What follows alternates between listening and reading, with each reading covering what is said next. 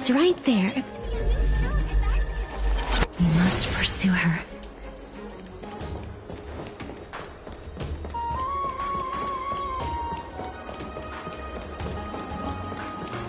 Huh?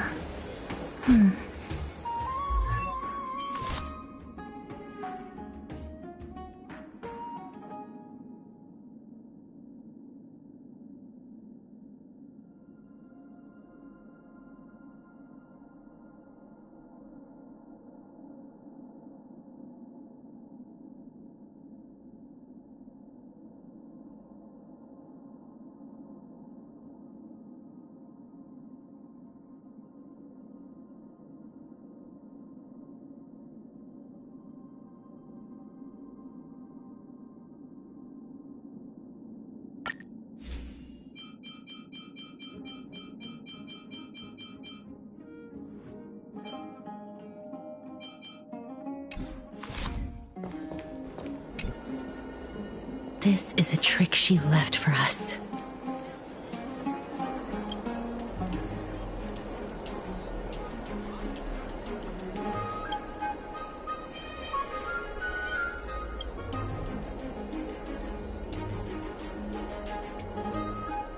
Ugh, she's incorrigible.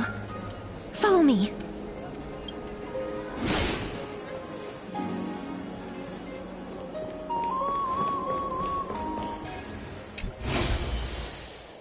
This is how it should be. We must pursue her.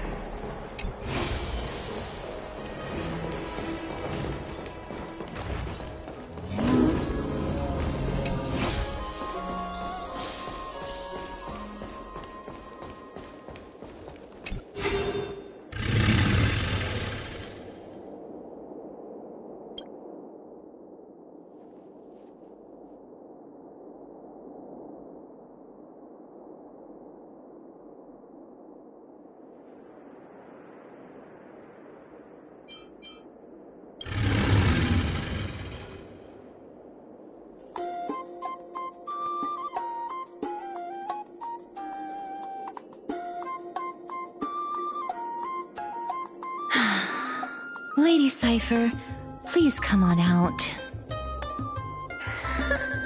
You're still careless as ever. Shouldn't you keep such a precious gift near your bosom? Since you know it's a gift for someone else, please give it back to me. Stop hiding among the people and letting the wind carry your voice.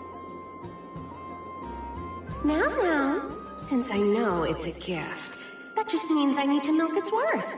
The children of the wind never stay for long in one place. Unless your offer is tempting enough to still the wind. What say you? Name your price. I'll give you however much you want.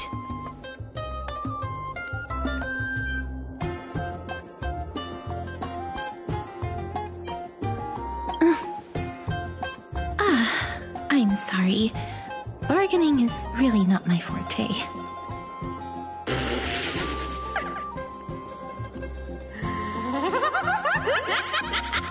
No wonder they call you Princess Homebody.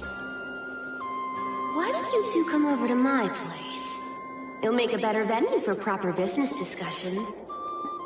You can find where I live through the winds I've sown. Right. Piece of cake. I can do that even if I can only sense your soul. Alright, I'll see you there. Oh, by the way... Everyone cool with me collecting a deposit before we reach an agreement, right? Now, come this way.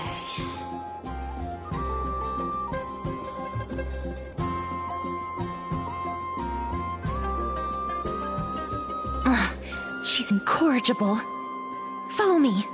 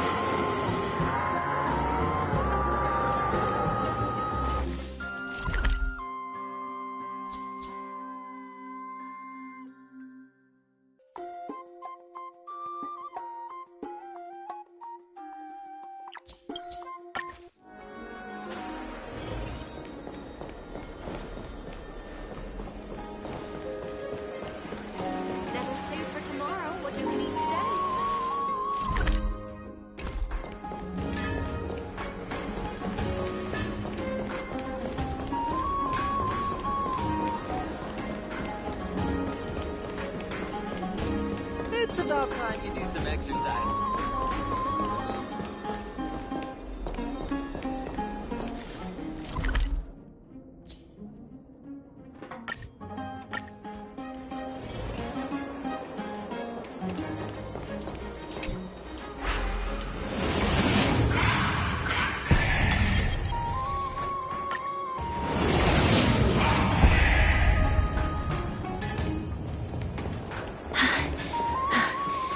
Here we are.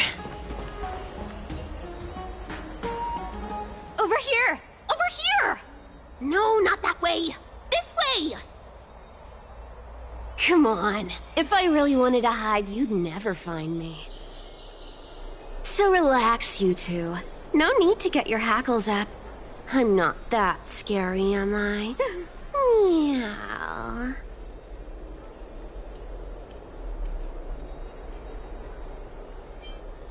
Whoa, that upset? Calm down. I'm just putting on a show with the meowing.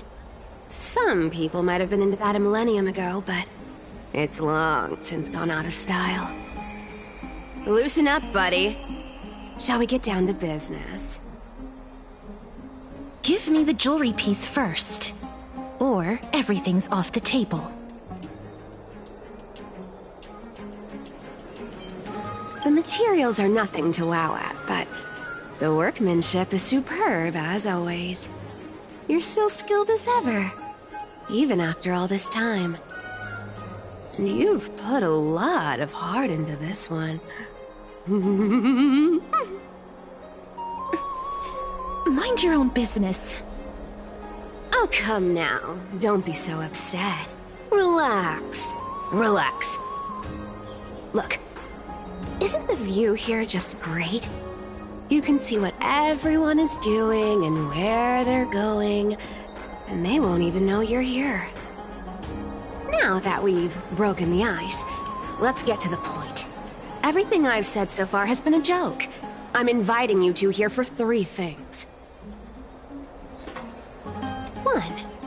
The seamstress found me and wants me to take you to Styxia to look for the Death Titan. 2.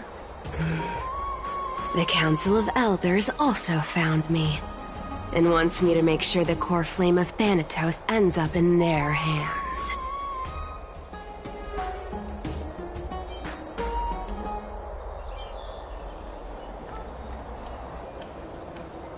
And last, but not least, I'm telling you that I'm not interested in doing either of those things. Don't go look for the Death Titan. The end.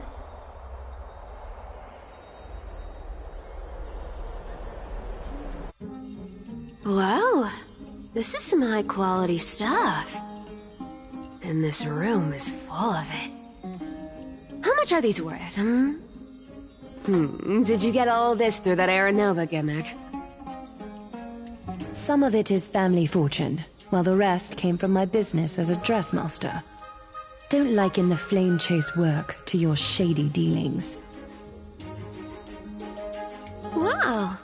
I should have busted down your door instead of going around like a thief. Well, spill. Why are you giving me so much money? Payment for doing work. You're worth this much. Did you forget my stance to all this? I thought I made myself very clear. You wish to run away. Run away from your responsibilities, from the prophecy, and from your destiny. You shall walk with greed and die over petty change. I understand this prophecy weighs on you immensely. That is why I have never reproached the demigod of trickery for running away. But I need you right now, so don't turn me down. You know, maybe the gods got your tongue with their golden threads, Aglaya. I'm not hearing any sincerity in your words. Give me a reason why you're bowing your noble head to me. We lost Trian. Oh. The divine power of passages is running out. I need another demigod to escort Castoris and help her fulfill her lifelong wish. Oh, I get it now. You're sending Castoris to her death.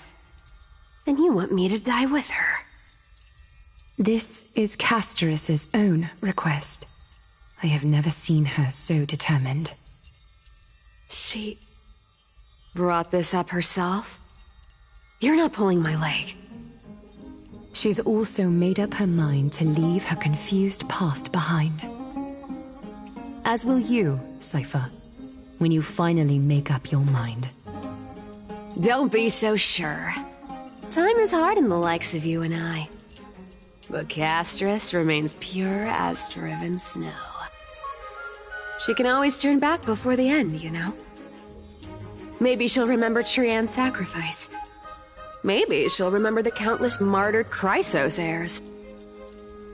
Maybe she'll remember you, with your one foot in the grave. I ain't as optimistic as you about what she'll want to do. Tell you what, why don't I take this room of treasures as a security deposit, and we make a bet? Go on. I bet she'll change her mind and turn back. Now, if I lose, I'll do what you want me to do. Return this deposit to you, plus giving you another room full of treasures. How does that sound? You sound like you have all the confidence in the world. In that case, let's make a pact with those conditions. I hope you're prepared to lose it all.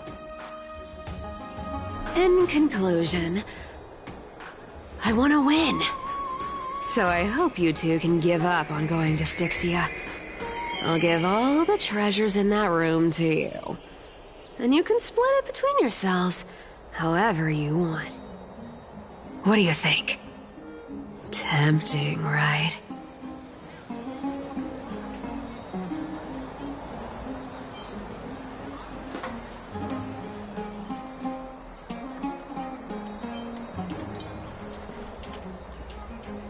I decline. If we don't find the Death Titan, her soul will... Oh? I can't go into the details, but we have to go to Styxia. I really don't get how. Princess, homebuddy, you keep talking about needing to find Thanatos, about getting rid of your curse and... But did you ever live for your own pleasure? Even for just one day? What are you trying to say?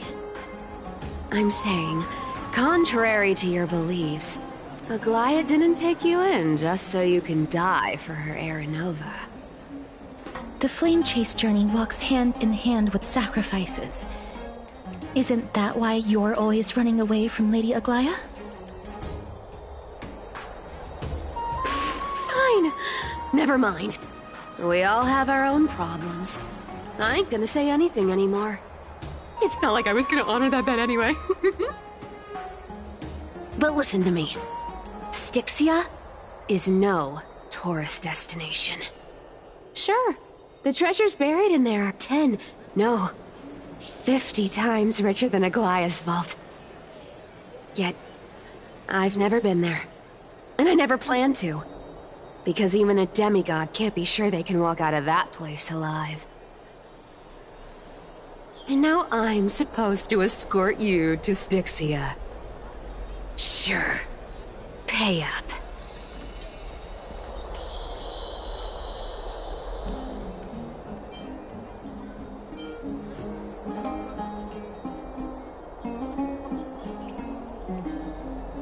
You know, you're not wrong. At least it's part of my responsibilities. I don't like this. However, I have lived a longer life than most people. Though I'm not as good at doing business as Lady Aglaia, I still have some savings. I can give them all to you. Then how are you going to live the rest of your life? Then I'll give you 90. No, 80%. Well, don't mind if I do. 80% of Castrus's savings and a bottle of dew of divine blood. Not a bad trade.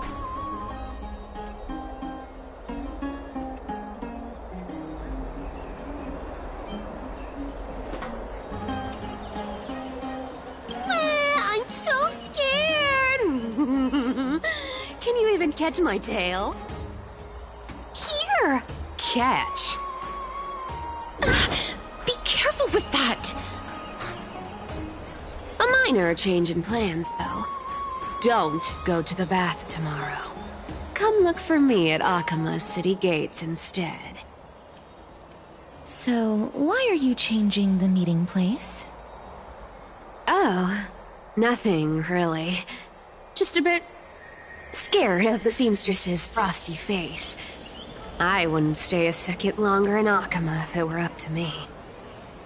Well, now that we've struck a deal, why don't I give you guys a lift back?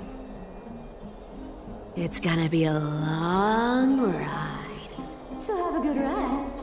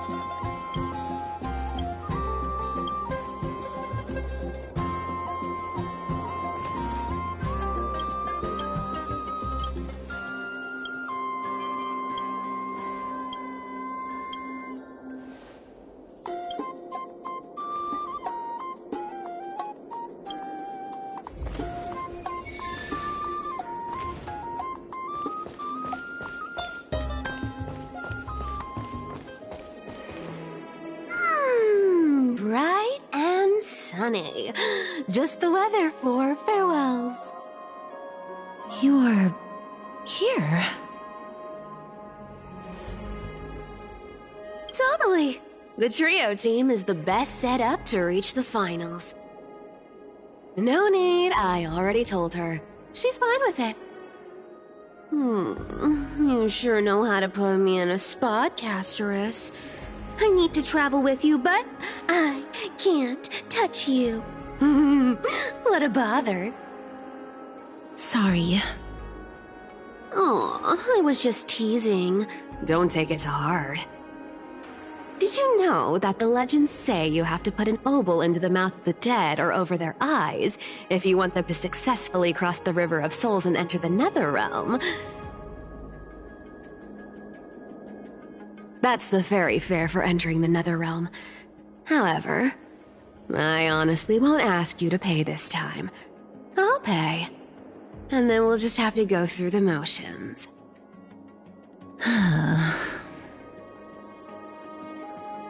Hey! I'm just trying to make this journey feel more special, okay? Don't read too much into it. Alright, pass me the coin. It's time to get the gods' powers going. A fleet-footed trip to the Netherrealm, here we come! Oh, one last thing before we go. I gotta give you this piece of advice. Especially to you, Princess Homebody. You can't catch the wind by waiting. You only live once. So make the most of every moment you have. Get ready. Be steady. Hi, your turn. Don't be nervous. After all, it'll be gone in the blink of an eye.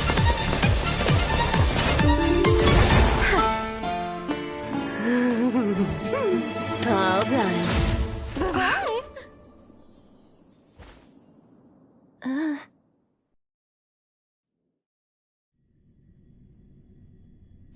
Are you feeling all right?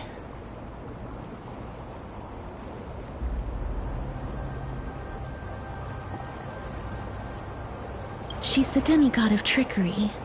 When she flips the coin of whimsy into the air, she gains incredible speed that lets her travel anywhere in an instant. Just like how she clearly had no intention of lingering here for even a second longer. We can only depend on ourselves for the rest of the way. Don't worry, Mem's here to help.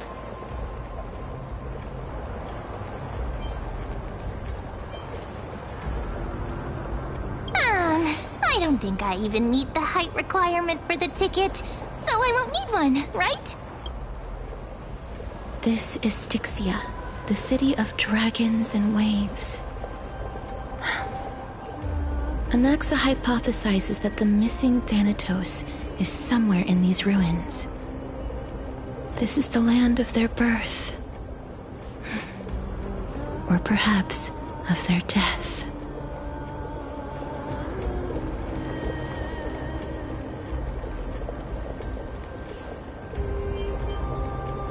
Anaxa had used a secret alchemical art to temporarily fuse his soul with Circe's and Kephae.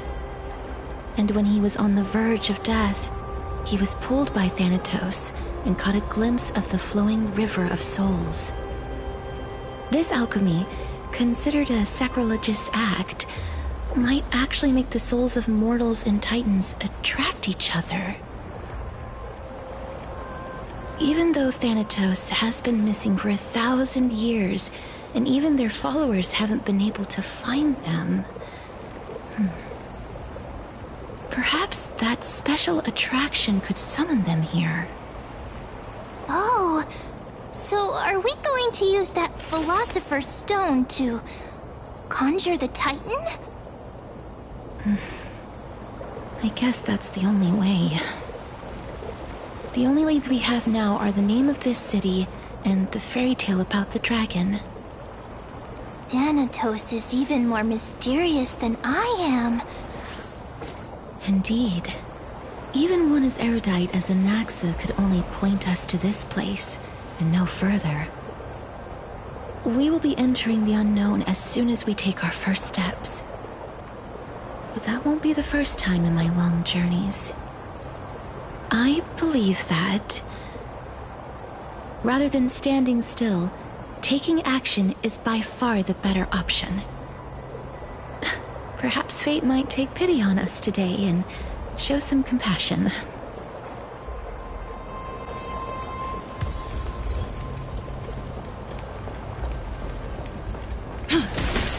Go back whence you came. Go back. Ahead lies the realm of the dead. What a beautiful butterfly. Is it talking to us? This is a eulogistic butterfly. They are found in places where many have met their demise. In Idonia, some think of them as manifestations of Thanatos' benevolence. By turning the lingering obsessions of the deceased into these creatures, it is as if the Titan has made life into a specimen. Others think of them as Thanatos' messengers that guide the departed to the nether realm. The second theory sounds more believable. After all, the things they're saying are rather, direct. Perhaps. But the fact that we're able to hear their whispers proves that we're fast approaching the realm of the dead.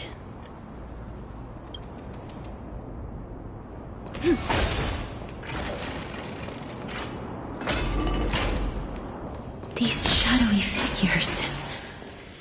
are they illusions reflected by the River of Souls?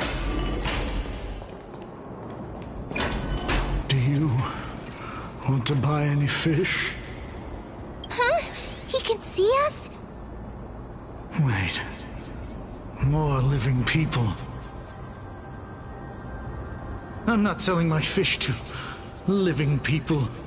You lot are too shameless. Buying fish without paying. If I ever see her again, I will... Could it be that... you're all dead souls that never achieved rest?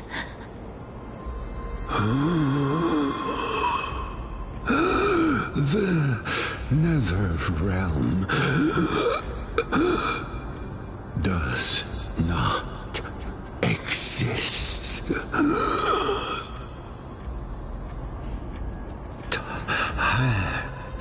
Titan rejects you. Me.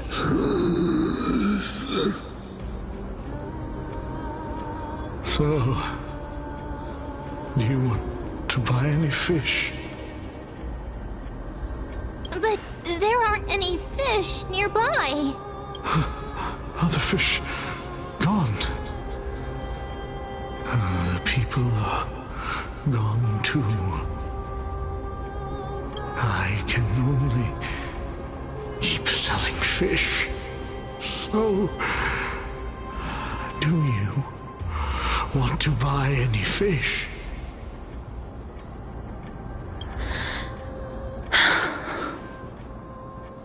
Apologies. I don't have much in the way of savings, but perhaps there's another way for me to release you from your suffering. Please relax. May you fall asleep peacefully amid a gentle field of flowers. This...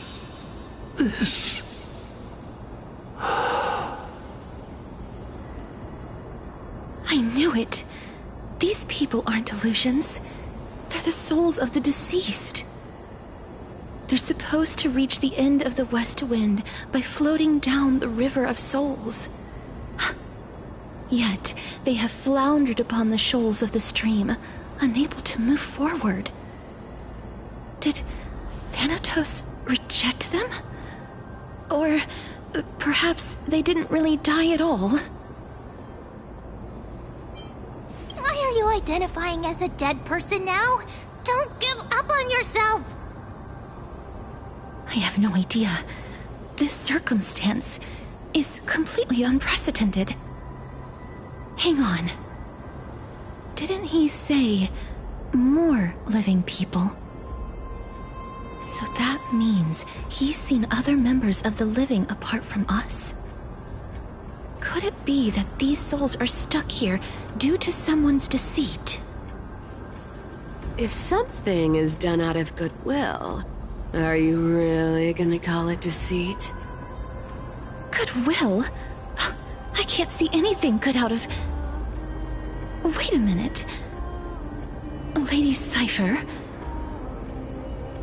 That's me.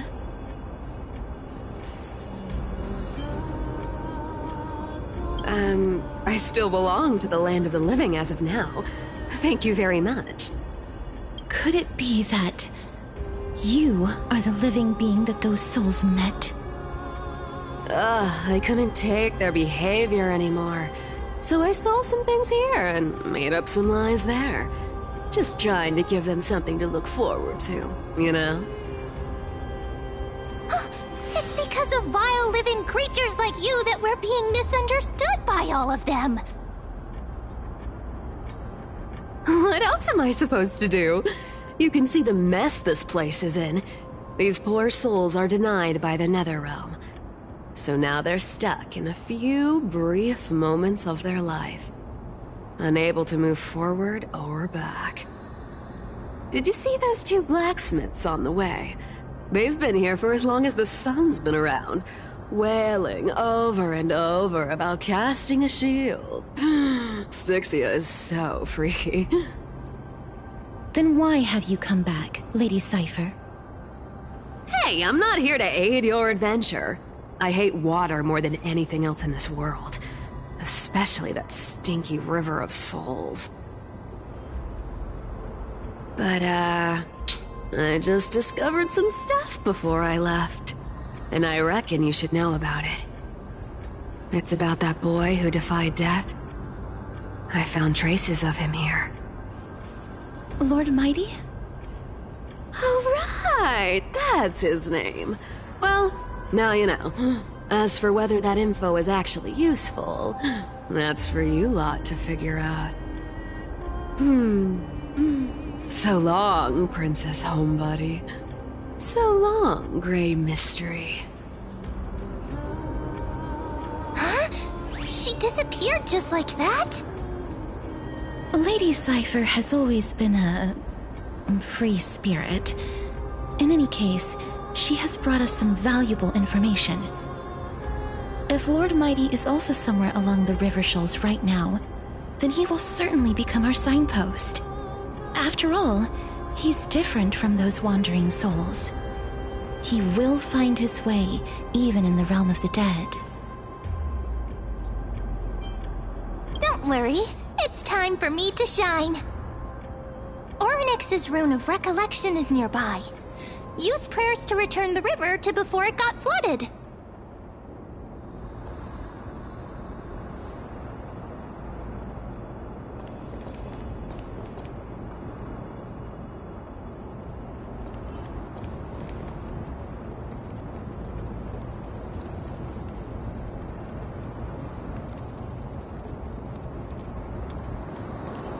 Hey, over here!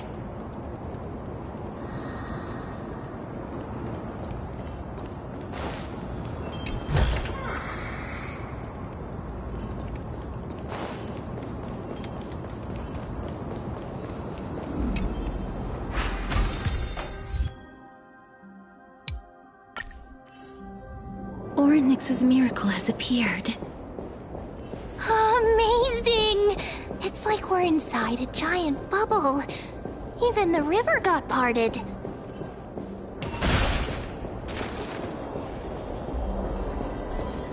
There are wandering souls of the deceased here as well.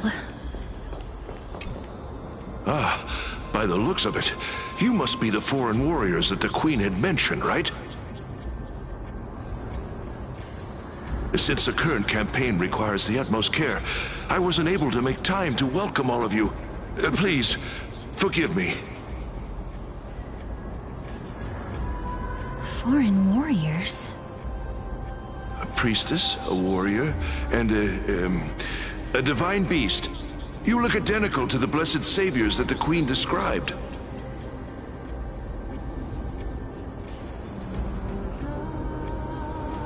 What?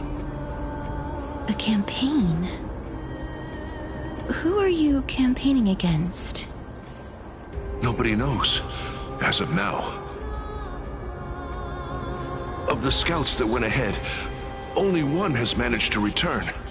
He says that the land ahead is a forbidden land that should not be approached, as it is the doorway between the netherworld and the mortal realm. As for the rest of the scouts, they've completely lost their souls and are decaying by the day. While there is still dissension within the city, the scholars agree that this calamity was so unprecedented that it needed to be given a new designation. An unprecedented calamity. Could it be death? It seems that you have indeed heard about this. Well, death is just one of the possibilities. It's too early to come to a definitive conclusion. A world that has never seen death. Looks like these people lived in the era Chrysia before the Calamity Titans descended upon the land. May I ask, where is the scout who managed to come back? So he returned to Styxia. He only had enough left in him to last no more than half a day. However, it was his intel that convinced us to rally together. He said that he witnessed the demonic specter of an evil dragon at that treacherous land. The apparition opened its giant maw and devoured everything in sight, and thus brought Styxia that thing called death. Styxia. An evil dragon that brings death. It all sounds rather familiar. Wait, wasn't this part of that fable? Sir, could I ask how the Queen and Princess are doing? The Queen?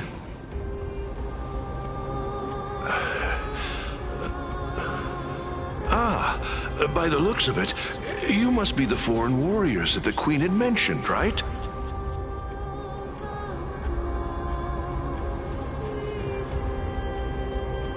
Oh, it's the same lines. Looks like he's still trapped in the moments before his death. Leave it to me. Sir, the war ended long ago. Styxia no longer exists. Styxia is no more? This cannot stand! Newcomers, hurry up and go take your positions! Oh, looks like it's difficult for this gentleman to accept reality.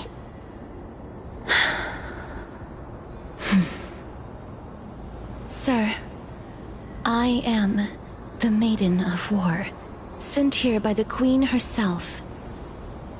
If you accept my blessing, then today's battle will be smooth sailing. Maiden of War? I've never heard of this. There's little time to waste. Please don't take too long. Don't worry.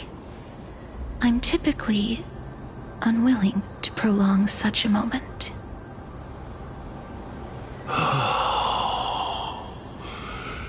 Is it over? Have we won?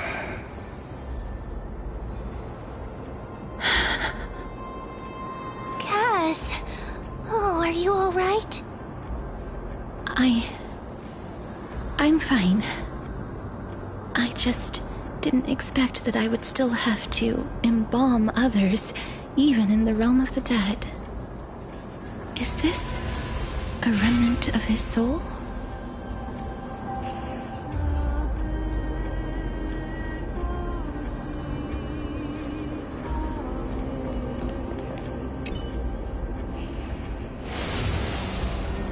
Well then, why should I place my trust in you?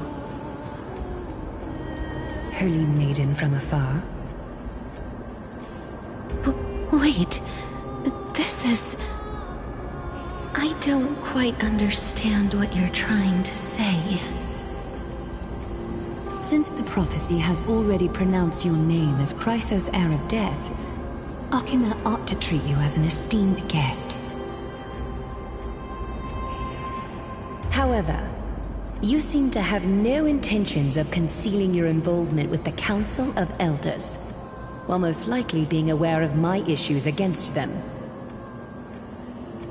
I cannot deny your claim. It was the Council that offered this room to me, and they had only one request. They want the curse of death to be completely subjugated to your will. I was agreeable to that request. But why? I am unable to rid myself of this innate curse. However, from this day onward, I shall use it according to your will. I will never make any superfluous moves on my own. I see. So that is how they plan to control the Flame Chase journey. They have shifted the heavy responsibility of granting death over to me. If I ever become obsessed with executing people, they will then have ample reason to terminate the Chrysos heir's journey. And yet, you seem to not mind. This is quite surprising to me. That's because the fate that we were born with is a burden far heavier than that of an individual's life.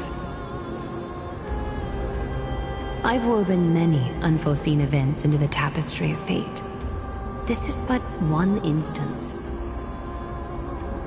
Tidy up your precious garments and come with me. Akima welcomes you, Castoris.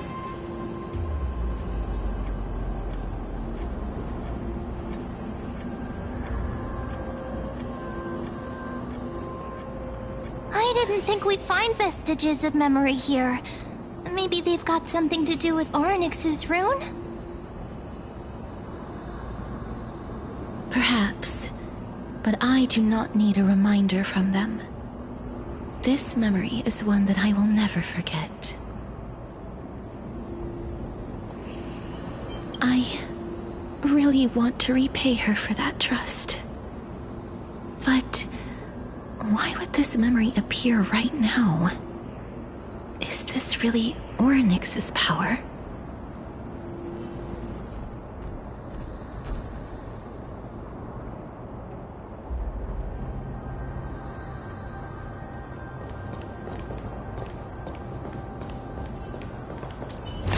Could these dead monsters actually be... Why are the Black Tide monsters here too? Can they swim in the River of Souls? Even Thanatos wouldn't be able to accept Black Tide monsters into their realm. These traces seem to suggest that anybody who trespasses upon death will pay a heavy price.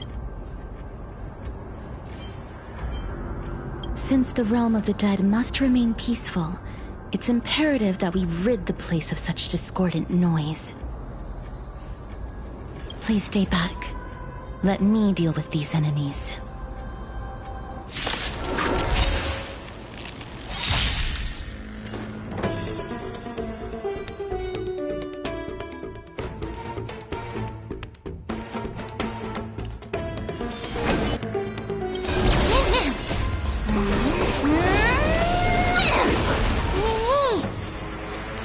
Mini!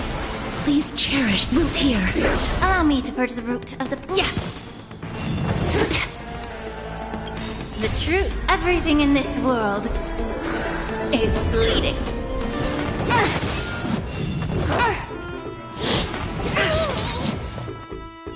Open sesame. May the foul stench dissipate quickly. Curious? Endless riddles. Nothing but a void. Expand your thinking. Glimpse the unknown.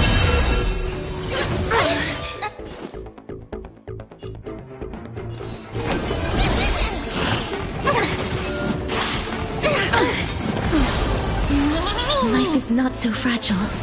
As you wish. Immerse yourself in it. Time to cleanse the filth. The truth for everything in this world is bleeding. Many, many. Root here. Open sesame. May wandering... The path ahead is blocked by the River of Souls again. In that case, let's go back to the past. This miracle sure is handy. This is yet another aspect. If Dan Heng was around, he'd definitely be able to raise the waters of the River of Souls into the sky. If Lady Hycelians was still alive, I think she might be able to do that too.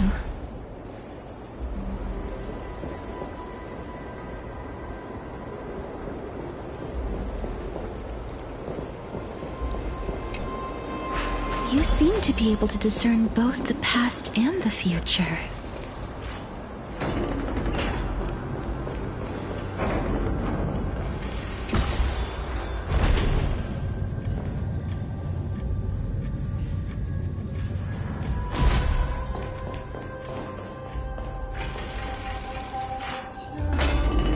Oh, this place. Must have been a beautiful courtyard in the past.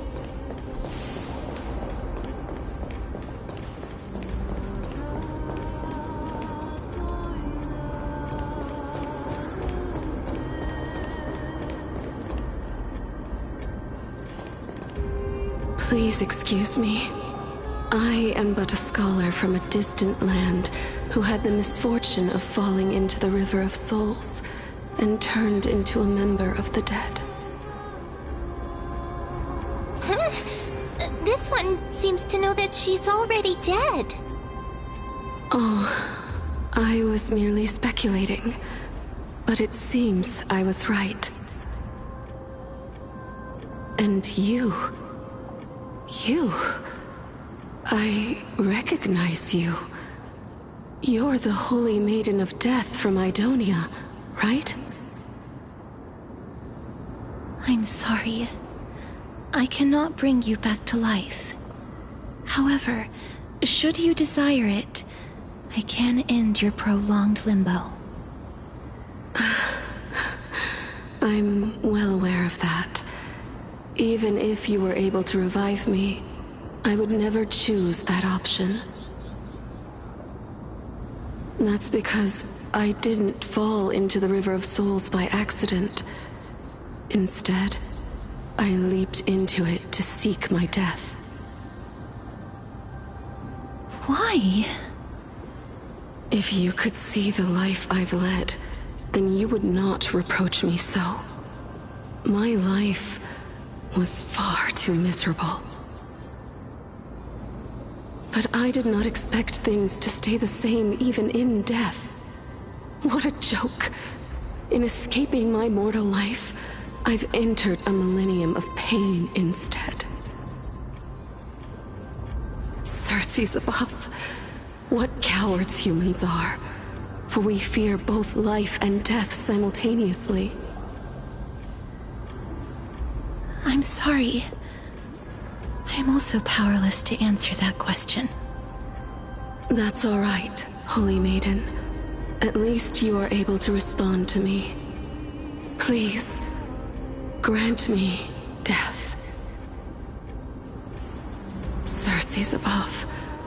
Does this count as thinking till the moment I die?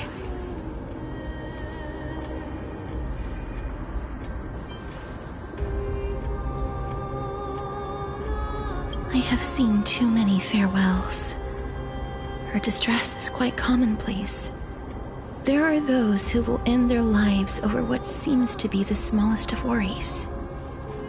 For some people, this power that I possess is a blessing rather than a curse. But I never managed to convince myself of that. Cass, are you still trying to create a world without death? Yes, because when placed under time's vast scales, there is no worry in this world that cannot be solved.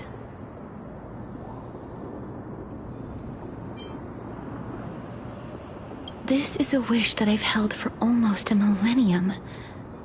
My mind might have changed once upon a time if people managed to strike up a friendship with me.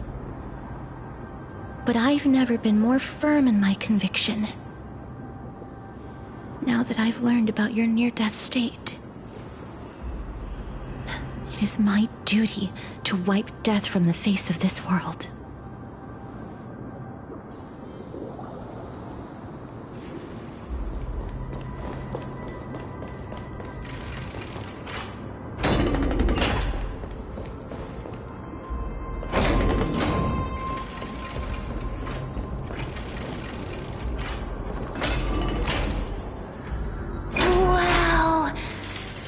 This is so spacious. Is this the kingdom's vault? Oh, broken stairs, blocked paths. This place is gonna fall down soon. Do we need to enter that doorway to climb even higher? There seems to be a person.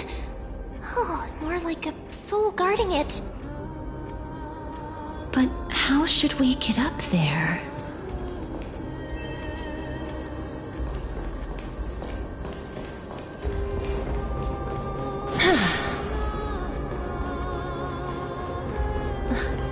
The path is blocked yet again. Oryx's 8 always appears. Look, there's even a platform lift over there.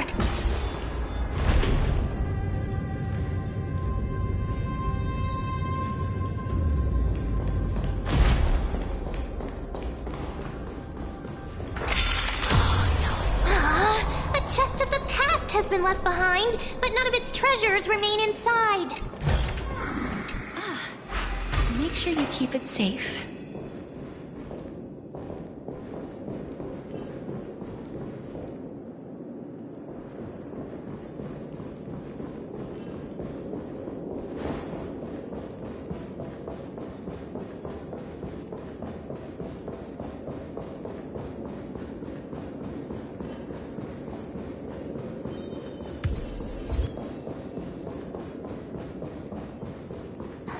Wait, what if the miracle suddenly loses its effect?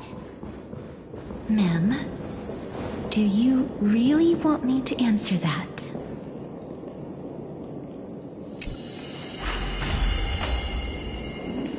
Stay back! Don't come near me! Huh? Why does he look so panicked? Did the black tide monsters frighten him? Or is he actually scared of his own extraordinary power?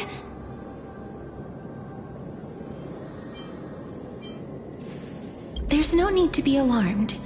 We're just passing by the area. See? None of us look threatening.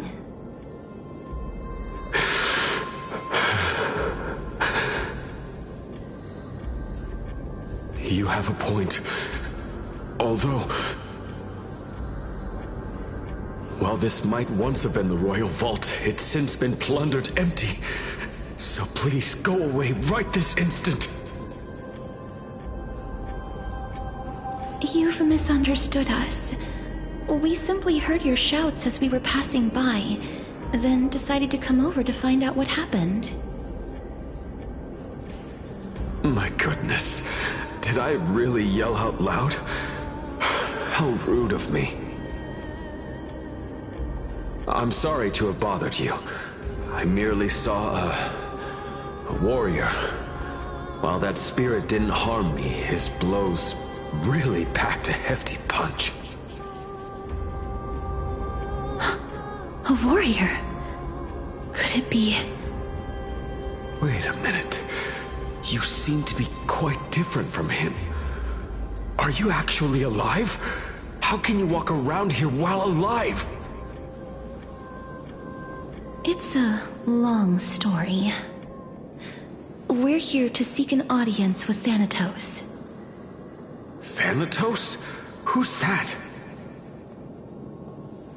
Is it possible that he's also living in the era before death descended? Death? Could it be that you are here to defeat the evil dragon Pollux? Pollux? Is that the embodiment of No. Death? According to the warriors under the Centurion's command, that evil dragon has been dead for quite a while. The curse that condemns people to death didn't originate from it. But they saw a girl within the dragon's embrace, and she is the true Reaper.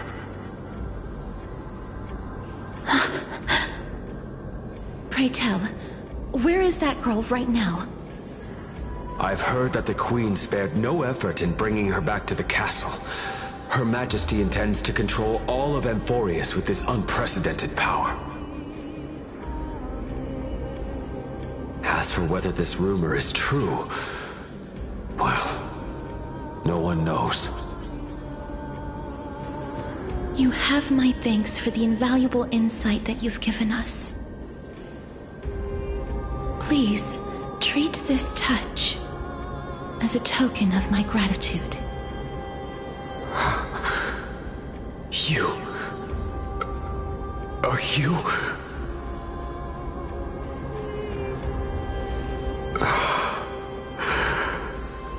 Thank you.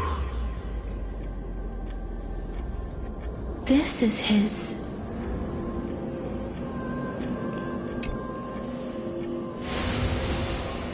Then you granted him death? That isn't like you. You would have refused even if I commanded you to do so. I... don't know. I did it out of sympathy, believing that I wouldn't be racked with agony, but... I am still in a state of turmoil. Sympathy? Sympathy for that youth who triumphed in every battle? That young man was favored by Talantin, who taught him a move that will defeat any mortal enemy with a single blow and emerge victorious every time. He could rely on that move to always achieve victory during Era Chrysia. However, now that death has descended upon the mortal realm, that divine swordplay also means he can send others to death at will. In other words... You feel that he's similar to you? Yes. Since he can never be inferior to others in martial combat, death would be the inevitable outcome every time he strikes. That's why he approached me and pleaded. Pleaded for me to put an end to all of this. You are perhaps feeling lost from making your peace with death in so abrupt a manner. I have not made peace with death. I've seen the people of Idonia stand tall and proud in the face of death. Even before the fated finale arrived, they were already content with the lives that they'd lived. They had such proud expressions. Expressions that made me believe death would be an insult to these mortals if the concept is truly a power that a god had carelessly cast down upon the world. Perhaps death's authority was never meant to exist in this world. Just like how I shouldn't exist. I won't refute your beliefs for now, but would you be interested in listening to a story of mine? It's a fairy tale from foreign lands, told by the person who brought you to me in that ice field long ago. A tale told by the Queen of Styxia. What? Wait a minute. That means the girl born in the dragon's embrace, the personification of death these souls talked about. That's you, Cass? I've already had an inkling for a while now. But I honestly have no memories of Styxia. My memories only begin after Amunet brought me to Idonia.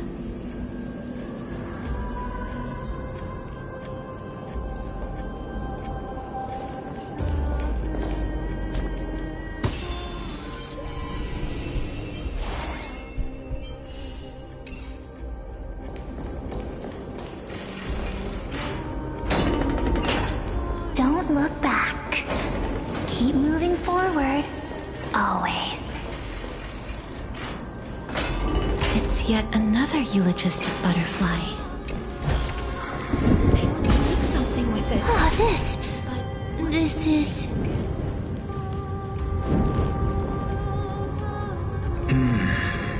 Living ones?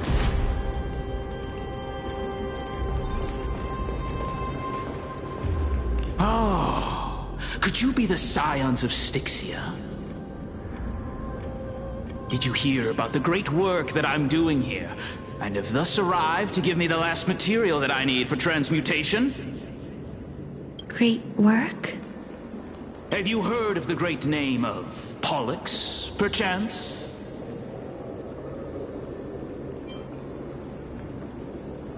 You don't have to describe it like that, miss. You have? Then that's good. During the Age of Myth, a time likely before your birth, I was the unsurpassed zenith of alchemy that none could reach. On the shoals of the River of Souls, I shall make Pollux soar again and bring death back to the world. But didn't that dragon already bring death to the world? Oh, looks like you don't know the whole picture. Well, it's true that the missing girl can grant death to mortals.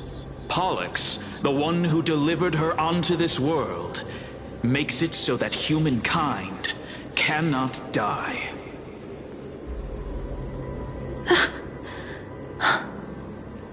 So, it's just as I feared.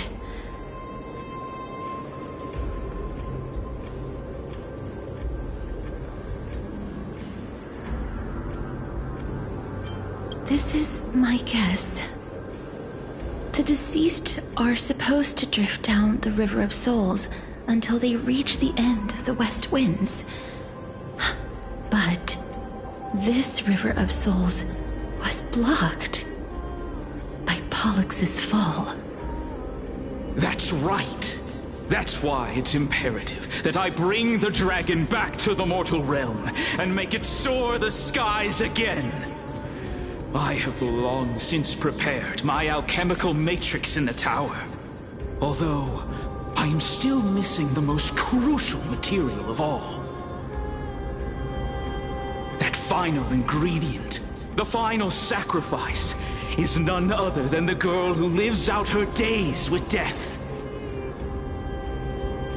Huh? What's going on? You didn't touch him, did you? I know that I am no longer capable of carrying out that task. Take this, all of you, and please fulfill that great undertaking on my behalf. This... We had been inebriated in Fagusa's feast for too long before we began to seek divine bestowed death, so that we could be freed from the whims of fate. However, that brought doom upon us. Instead of summoning a supreme god, we encountered a monster that cut off the River of Souls. That detestable dragon Pollux denied all the dead from the gates of the Nether Realm. Unable to rest in peace, these departed spirits engulfed Styxia like a roaring tide. As a result, my city and its people no longer exist. That child is the only person whom I managed to save. Born within the evil dragon's abdomen, she has possessed the talent of death since her birth. She must have been granted to us by the gods as a chance for us to atone for our sins. Please, you must nurture her to adulthood and prevent her from experiencing all of the suffering that we went through. I promise that I will care for her as a mother, that I will protect her from the evils of death. By Fagusa above, thank you for your kindness. As her mother, please bless this child with a name before I am swept away by the River of Souls. Please, let me know how I should address her in my next life. Oh. Like how a transient raven butterfly, a fleeting papilio castor, perches on the twig of death. Castorus. That shall be her name. That's where my name comes from? The sound's back. What is making that ruckus?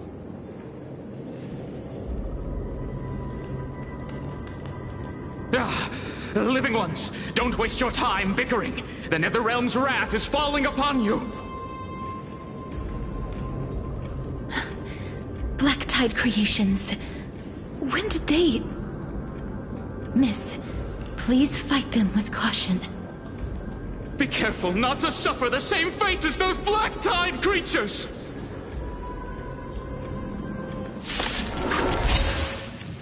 Everyone, hide behind me!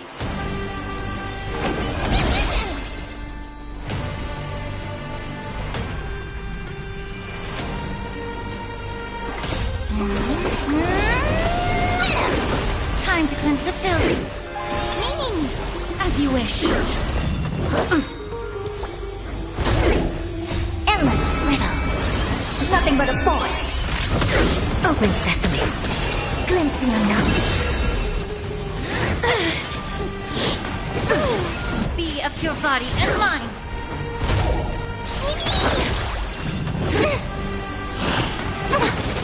Root here. Expand your thinking. Everything in this world is bleeding. Oh, there's so many of them. How are we holding up? To embrace a new life.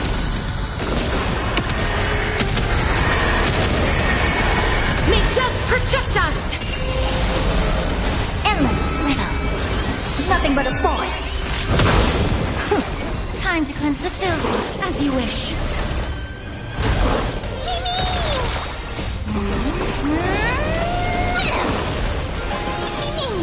Root here.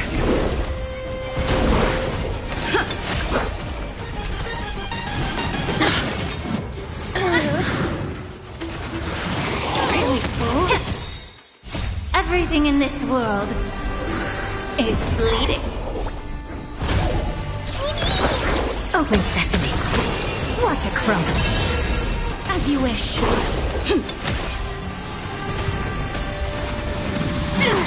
Be of your body and mind. Wilt here.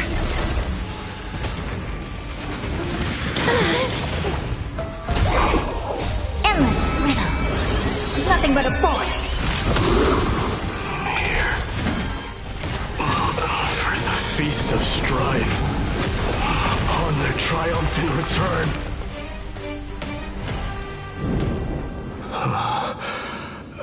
You? Lord Mighty? Lord Mighty, you've been through some tough battles once again. That black tide is endless. My death is only temporary. I will find my path of return and go back to the world of the living and continue my protection. Lord Mighty, I have always wanted to. Why does death reject you? I'm the one resisting it. I must resist the temptation to go with the flow. I'll go against the current and kill my way out of this cursed nether realm. That is my destiny. It seems like he's completely focused on resisting the temptation of the dead's whispers. He's working hard every minute to deny death. It seems his battlefield is not limited to the world of the living.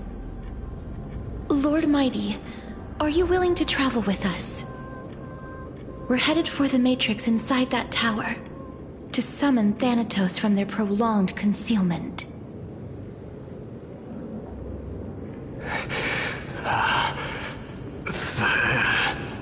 Thanatos. Challenge. Death. That's right. If we can work together and defeat them, you won't have to be troubled by the curse of immortality any longer.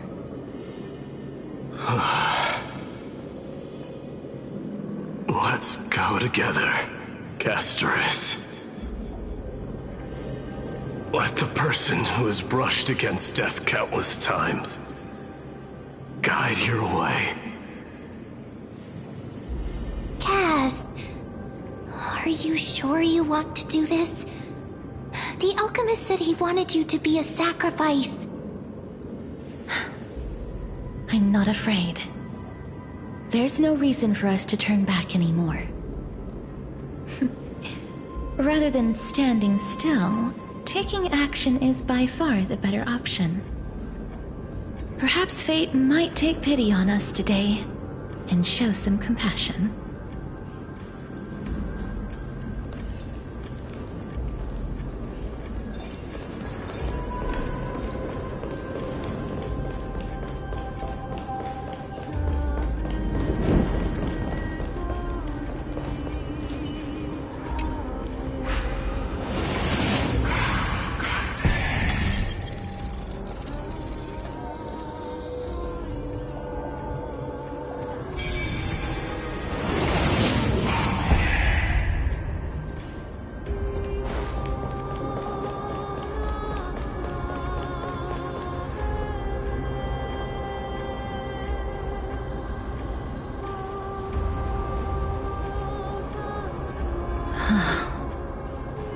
This is going to be difficult. I'm familiar with this kind of mechanism. I've never repaired broken chains. If I was more powerful, I would be able to carry one person with each limb and fly the four of us to the other side. The Rune of Recollection is here, but I can't find the miracle orb anywhere. So weird. Oh, could it be in that collapsed tower in the distance? That sounds so weird. Forget it. Just leave it to me.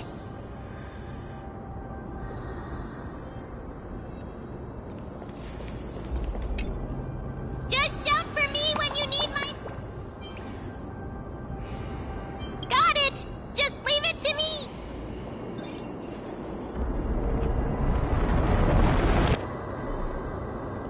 Mem did it. The pink squirrel. The miracle's range is limited. Please come a little closer.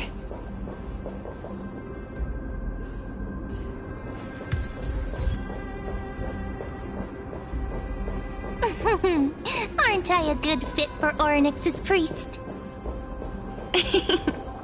Of course. You're the most competent priest ever.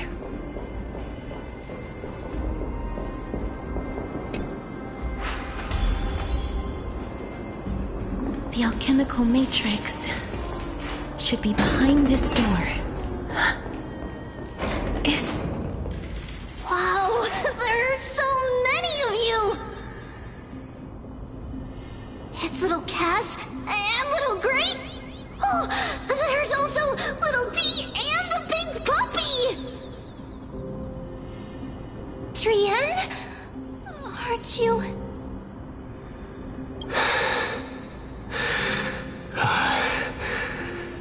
This is the first time I've encountered a deceased friend while going upstream in the River of Souls. It really works like this. Just like the other departed spirits we've encountered along the way. I'm also unable to sense the aura of the living on Lady Trian. Yup, you're right. Trian already knows that she'll not be able to return to everyone's side. But Trian believed that little Cass would eventually return to the Netherrealm. So, Trian has been standing here, at this spot closest to the world of the living, and waiting for little Cass. Oh, it must have been very tough for you. But according to what Trian said, we're almost at the entrance of the Netherrealm. Trian promised Trevi and Trinan that when little Cass got here, Trian would get the gift ready and be the first person to run over and welcome you. So, little Cass, don't cry. Please, accept this. We finally finished it! This is what Lady Treeby once mentioned.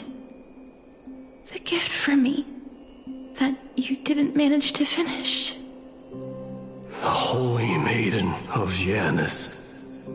Even when separated by life and death, their thoughts are still connected.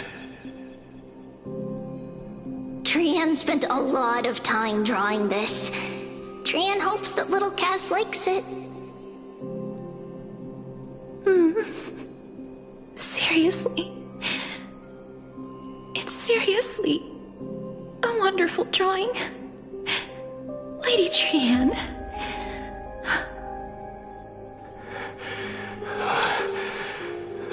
This is our flame chase journey. Little Cass, we don't know what your journey was like before. Trevi has always said that it must have been a very harsh and frightening journey. But little Cass no longer has anything to fear now, because everyone is here with you in this flame chase journey!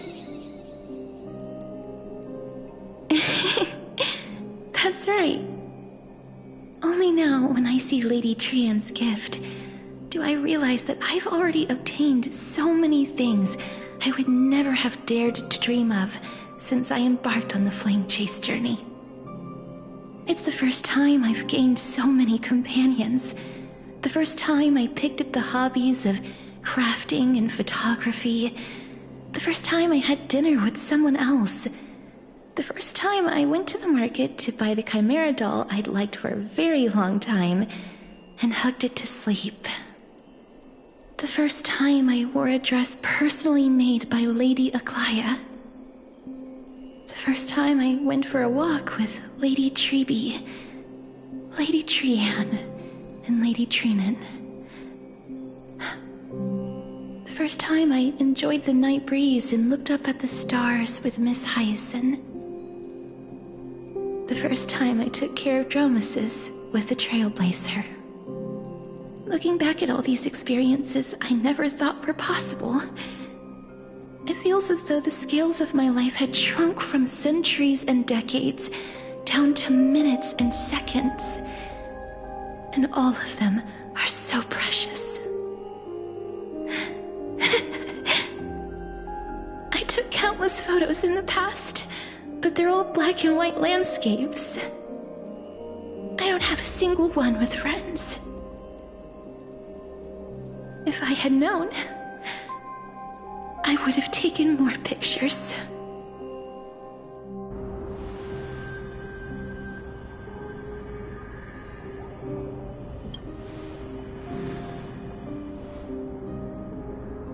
Trian says yes! Trian likes little Cass and would love to take a picture with little Cass. Sadly,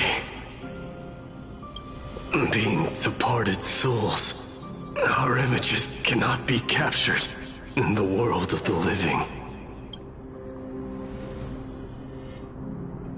I thought so too.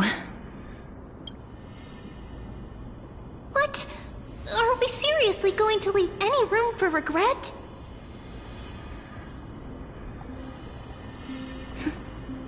There won't be any regrets.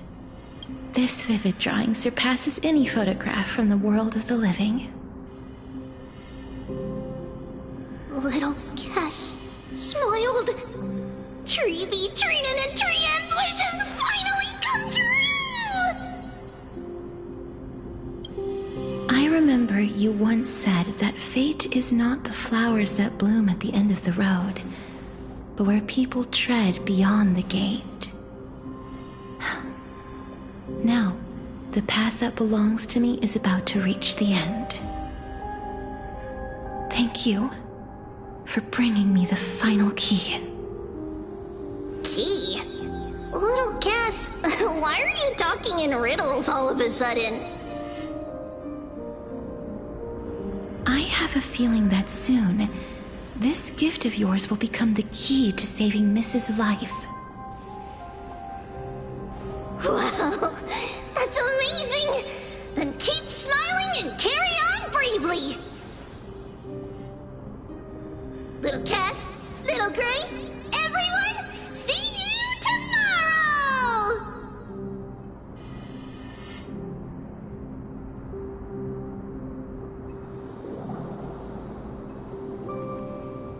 Lady Trian.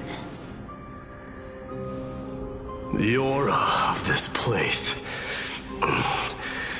We have indeed reached the end of the stream of souls. If I go any further, I might lose myself. I must leave now, for the black tide still wreaks havoc in the realm of the living.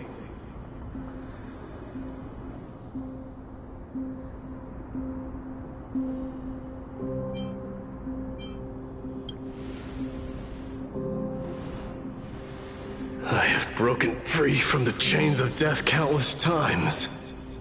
This time will be no different. Castorus, will you fulfill your duty for the flame chase?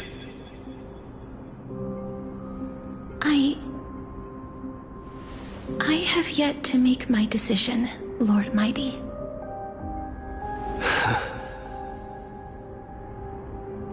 No matter. Make the choice your heart desires. Even if it takes 1,000 years of waiting. I will continue to fight till I die. Then rise from death till the miracle descends.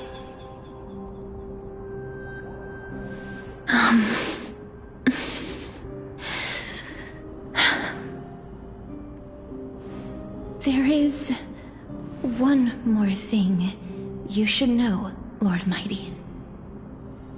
What is it?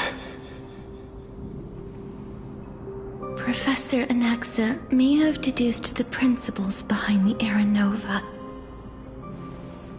You and I may be reincarnated as strife and death in the next cycle, becoming calamities wreaking havoc upon the world. I see.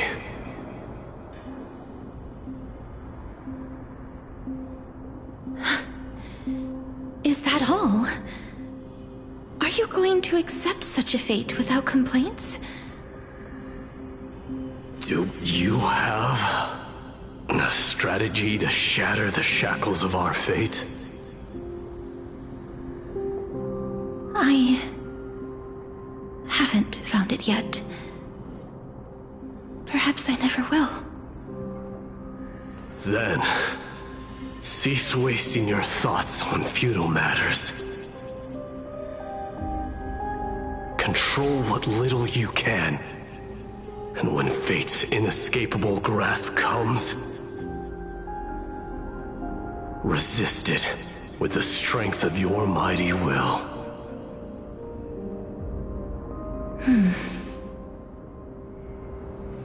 Thank you, Lord Mighty. I will find the right decision.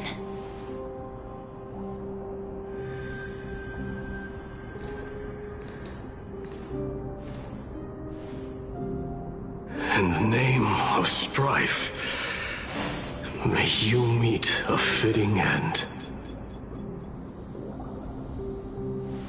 This must be the alchemical matrix the spirit mentioned. Let's see. We need to insert Aquila's sky, Georios' earth, Kephali's fire, Fagusa's ocean, and Nestia's love. It seems our sweet Princess Homebody has made up her mind. In that case, seamstress, I suppose I no longer need to deliver your message. My time is rather precious after all. Whether you wish to break free from death or not, please, follow your heart. By the promise you once made, I ask that you fulfill your duty one final time. Castorus, please, live as a human, and die as one. According to that alchemist, the final piece is supposed to be me. However, he is not privy to the past, and therefore cannot see the full picture. The past? I saw the twins of death in Kephali's memory, and now I am certain that I was one of them. The trial of the Hand of Shadow demanded taking the life of your family. I died during that trial, falling before the gate to the new world. And my sister, whom I never met, became the Titan Thanatos of this cycle. She was consumed with regret over my death, so she used the Titan's authority to reforge my soul. Yet, it also means she has never revealed herself to anyone, hidden away from the entire world. That's because the Titan she became already fell at the start of everything. They died for me, and now lie in slumber in the River of Souls. You mean... Pollux? That's right. The River of Souls is no material river. It cannot be blocked by ordinary means. Only a divine corpse can prevent the dead from reaching the next world. And that's why... we have to awaken Pollux from death before we can retrieve the core flame of death. We have to reforge its body with the power of alchemy. But Cass, if that alchemist speaks the truth, does that mean you're also part of the dragon body? According to those departed spirits, I was indeed born as the dragon's twin. But before we talk about that, have you heard the sighs?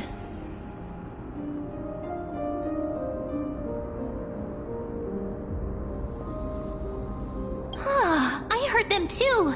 So what are those? I think it's probably the sign of Pollux's wish being fulfilled. They must have realized how heavy a price they'd need to pay when they used their divine authority to resurrect a dead woman. That's why they exerted every ounce of their strength to send me to Styxia, a city that called for death, a land where none is hostile to death. They never saw their wish fulfilled and fell so prematurely, all because they wanted to give me a new life. Pollux must really want to know how their sister has been after giving their all to save her. That wish is the reason Pollux's soul still lingers in the mortal realm even after their fall, quietly watching and documenting every detail of their sister's life. So instead of picking up objects on the way here... We were instead showing things to a strand of yearning that lingers here. Now, we must weave these yearnings together and restore them into Pollux's complete soul. But all of this is just a hypothesis, right? What if we go through with the ritual and it turns out totally different? That's fine. As Professor Anaxa often reminds us, such is the nature of alchemy. The true outcome can only be known once the process is complete. This is why alchemy is also known as the miracle of creation. Now, the puzzle of Pollux's yearnings is nearly complete, with only one final piece remaining. I shall reveal what they have been yearning to know in the alchemical matrix. I will show them my whole life since I left Styxia. Lady Trianne has already drawn a picture of my entire life, and it is now in my hands.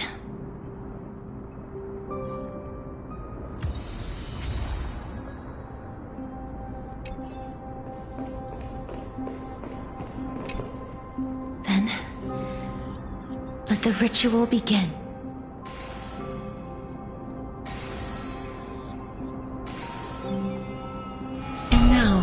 The objective is complete. That is all. Such is what Professor Anaxa always says after preparing for an alchemical ritual. And now, Pollux, I shall lift you from the River of Souls and reforge your soul. Perhaps you will be disturbed by this, and your body may become horrifying to behold. But if even the slightest trace of your soul remains, the soul that once ferried me to this side of the shore, then please, look at me. I wish to thank you in person. I have obtained everything you sacrificed your divinity for. Lady Almanette. Did she recognize you? Oh, she must be the first soul we can communicate with here, right? I'm afraid she is just another spirit trapped here, like the rest of them. The only difference is that I was there when she died. Please, go on. I'm listening. Are you about to tell the story of Styxia? Yes. You're just as smart as I imagined, but... never mind. Now's not the time. There's no need to worry, Elder. Take a look around you. You're already at the resting place of the dead. The world of the dead? But how?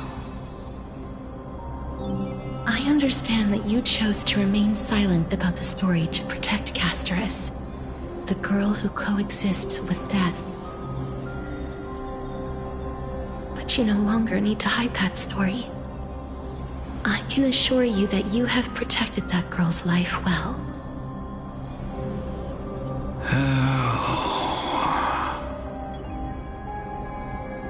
Well, in that case, let me begin.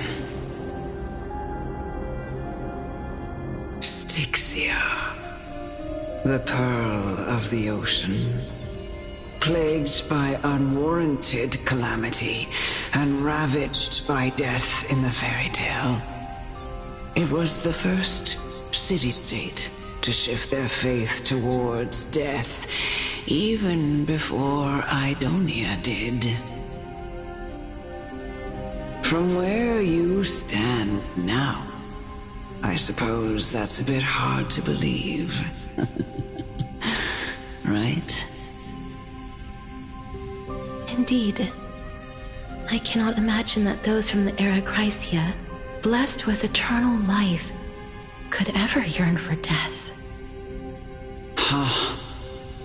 I have pondered the same question, child. But I am afraid there is no clear answer to it.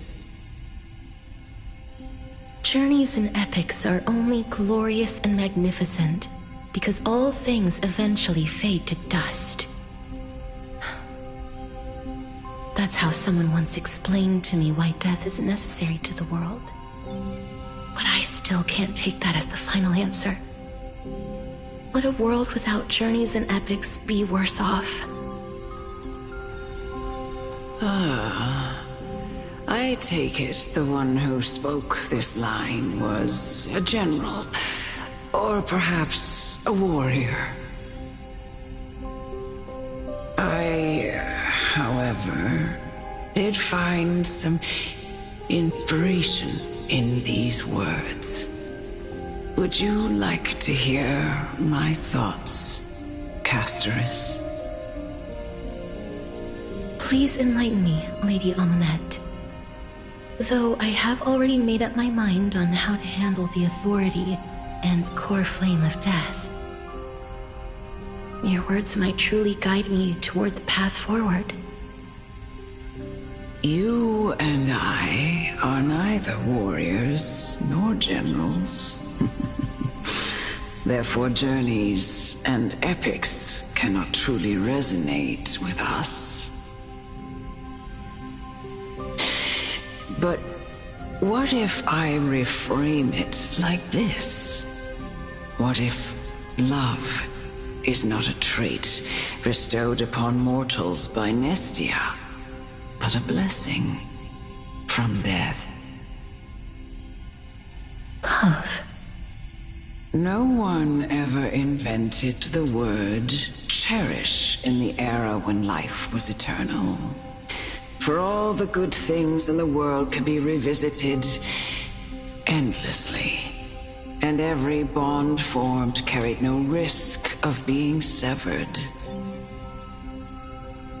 The so-called Era Chrysia was an age devoid of both virtue and sin.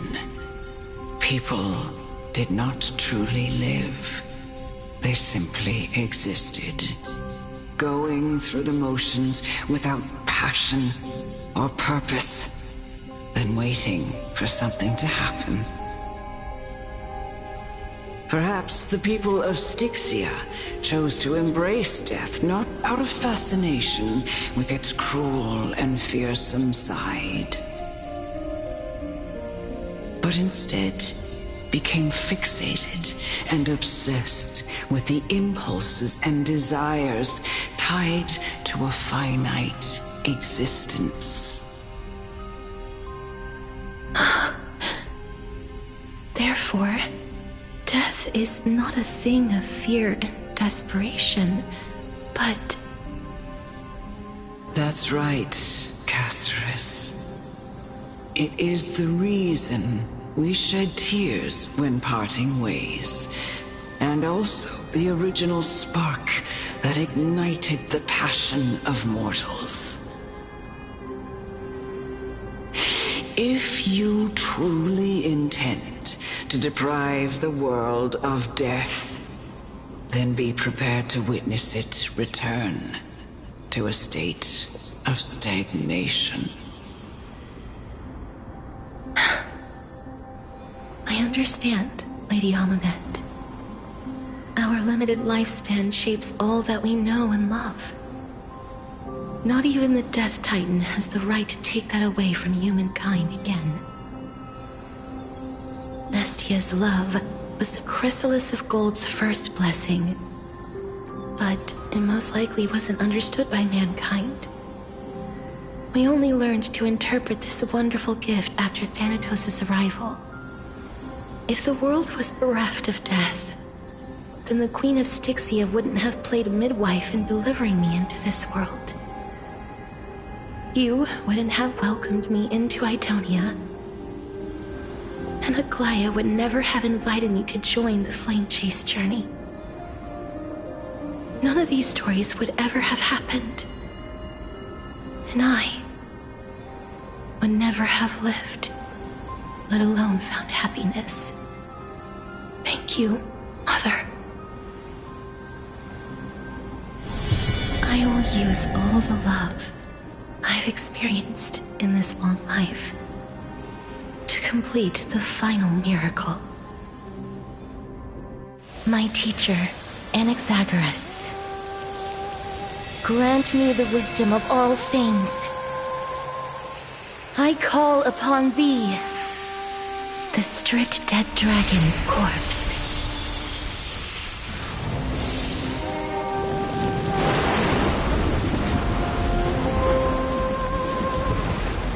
Rises from the earth, falls from the sky.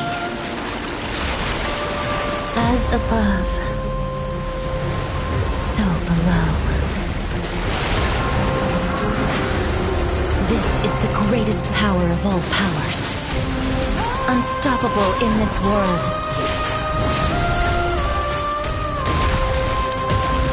The great work that commands all death. I shall grant you embrace.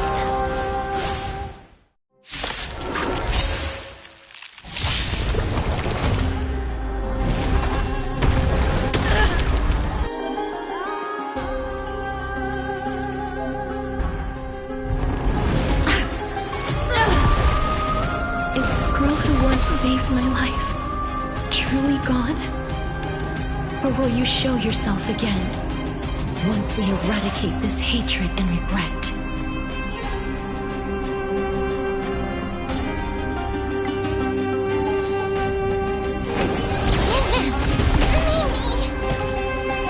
Be of your body and mine. Please cherish this time.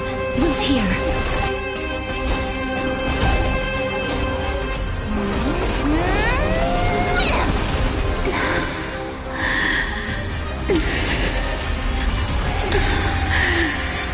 I know you're anxious. Shh. Don't be afraid. As you wish. The truth for everything in this world is bleeding.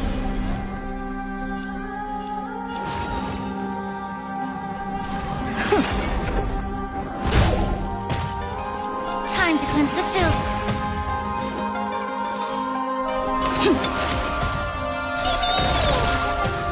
Life isn't lived here. a new life.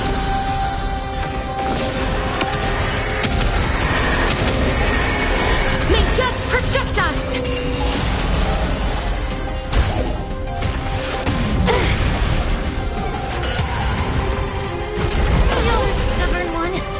I don't have time for games. Open sesame. Curiosity. Endless riddle. Nothing but a void. May the Faust and be of your body and mind. Never seen. Expand your thinking. Glimpse the unknown.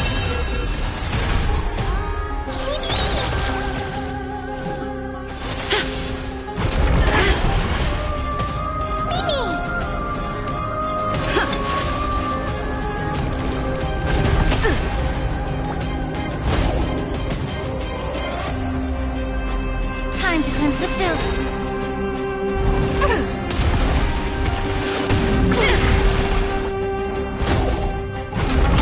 Stubborn one. The truth for everything in this world is bleeding. I don't have time for games. Open sesame.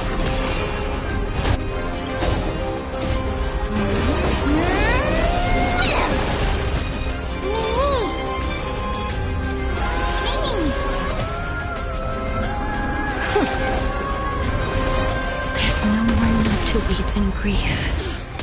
I will grant you peace.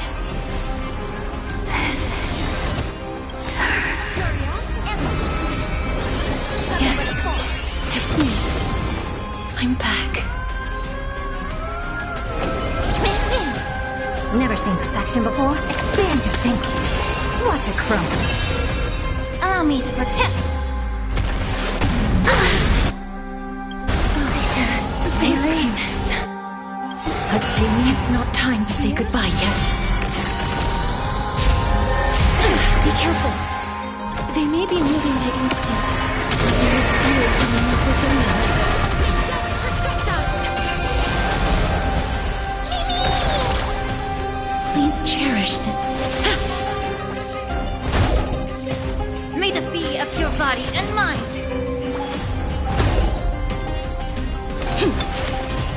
I don't have time for games. Open sesame.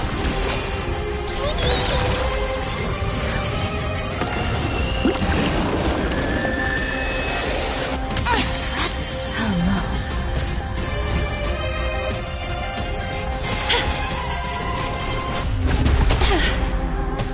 Allow me time to cleanse the filth.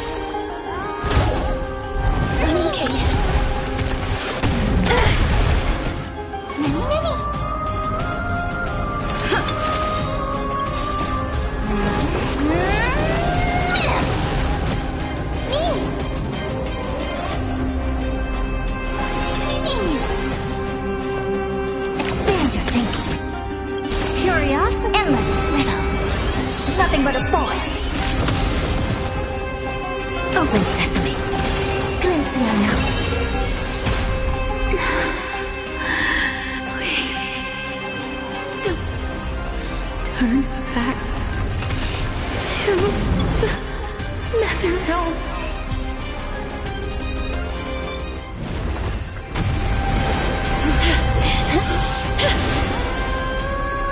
Oh, death. Sleep in peace.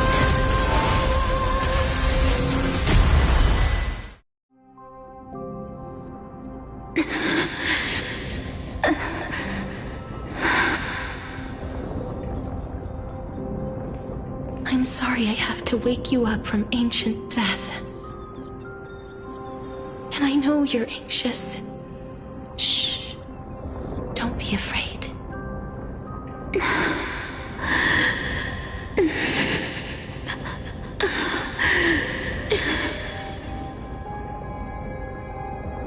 Do you remember me?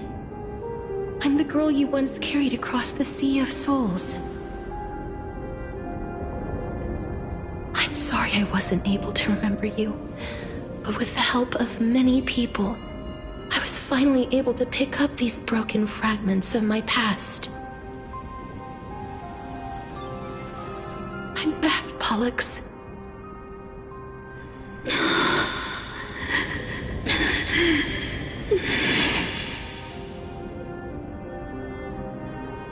know this might not be what you wanted.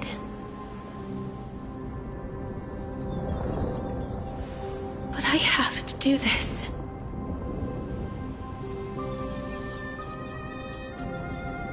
So please, carry me across the Sea of Souls again and return me to the Netherrealm, just like you did in the past.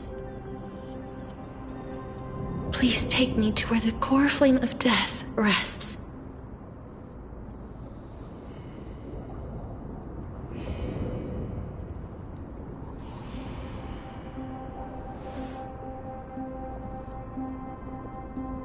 I'll be going now.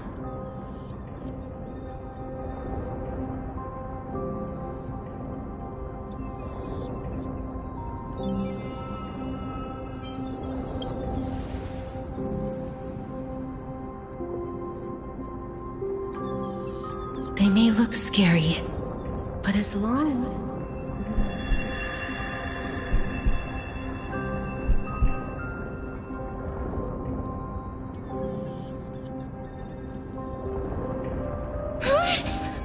What's wrong?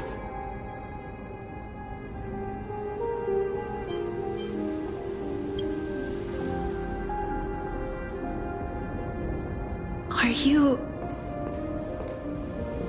What's wrong with her? Her time is almost up. If I don't go now, I'm afraid her soul will return to Thanatos' embrace before me. What? Oh no! Is there anything we can do? Don't worry. I promised I would ask Thanatos for the Trailblazers' right to roam the Earth again. Mem, stay here and keep a close watch until I return, all right?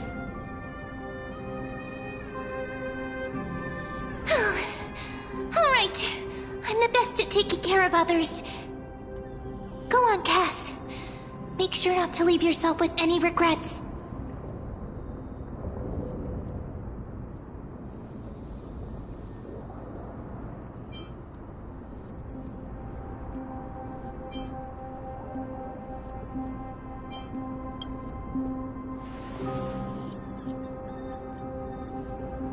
It's a deal then.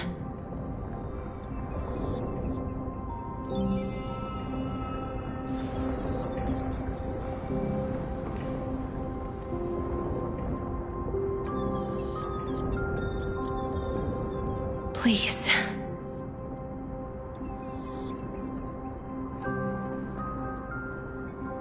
Wait for me.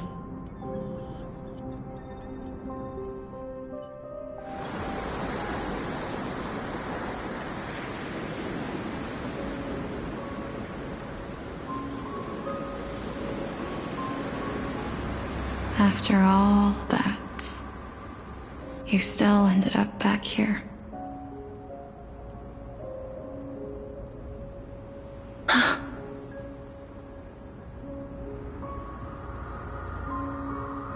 So the legends were true. The Netherrealm really is a sea of flowers. Yes. Just like the flower fields we tended to back then. Is that you, Plixia? Do you remember me? I don't have the memories from that time, but I've seen you before during an experiment. I see. Call me Thanatos, then. It'll be easier. However, since you recognize the name, you must already know everything about Thanatos, right? Yes. I'm here to reforge the order of life and death in Amphorius.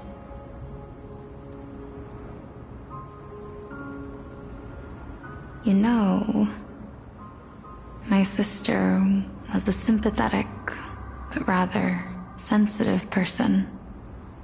Whenever she didn't want to say what was on her mind, she would avoid eye contact and look off into the distance. Just like what you are doing now. Can you tell me about the last Era Nova? What did you do, Polixia?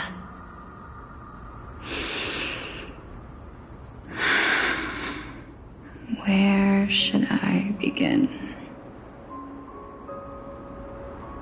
I suppose we can start from the beginning. A long, long time ago, there were a pair of like-minded twins. As foretold in the prophecy, they were chosen to be successors to the god of death. But fate was cruel. The price of attaining divinity was to take the life of a family member with our own hands. That trial was indeed recorded in that memory. Then you should already know that my sister voluntarily gave up her own life, so that I could ascend as the demigod of death. But I couldn't accept that. Why did we have to kill each other for a future she'd never see herself? That's not fair. So, while weaving the laws of the new world, I shattered the forbidden bottom line for life and death. I reshaped my sister's soul and took the form of the great dragon Pollux to carry her up the River of Souls and back into the mortal realm. But our fates were already decided and manifested in unexpected ways in response to my futile actions. Aging is an unbreakable law of nature laid upon humankind, created at the same time as death. When the living die, their souls will meet Thanatos, who would determine where every soul goes. If the Reaper raises their left hand, the soul is granted death and allowed to enter the Netherrealm to await reincarnation. If they raise their right hand, the soul is rejected by the Netherrealm and returned to the mortal realm to continue walking the earth. That's why the Hand of Shadow can only lay down judgment and not embrace another being. Yes. Death was originally a pair of hands, but they were split in twain when we reached the mortal realm, never to touch each other ever again. The half of Thanatos that represents life, the undying human who grants death, that was the curse I forced upon you. Then, what about you? As the half of Thanatos representing death, I shoulder the fate of defying death. I died the moment I entered the world of the living. From then on, my Titan also no longer existed in this world. The cycle of life and death stopped. Souls were denied their audience with death, and were left stranded within an ever-rising river of the dead. What irony. My selfish desire to save your life gave you and the world a fate far worse than death instead. Then, what was left of my reason was left behind in the Netherrealm, where I've been taking care of these flowers day after day, until there is now a sea of them, all while mulling over the subject of life, death, parting, and enduring in endless loneliness.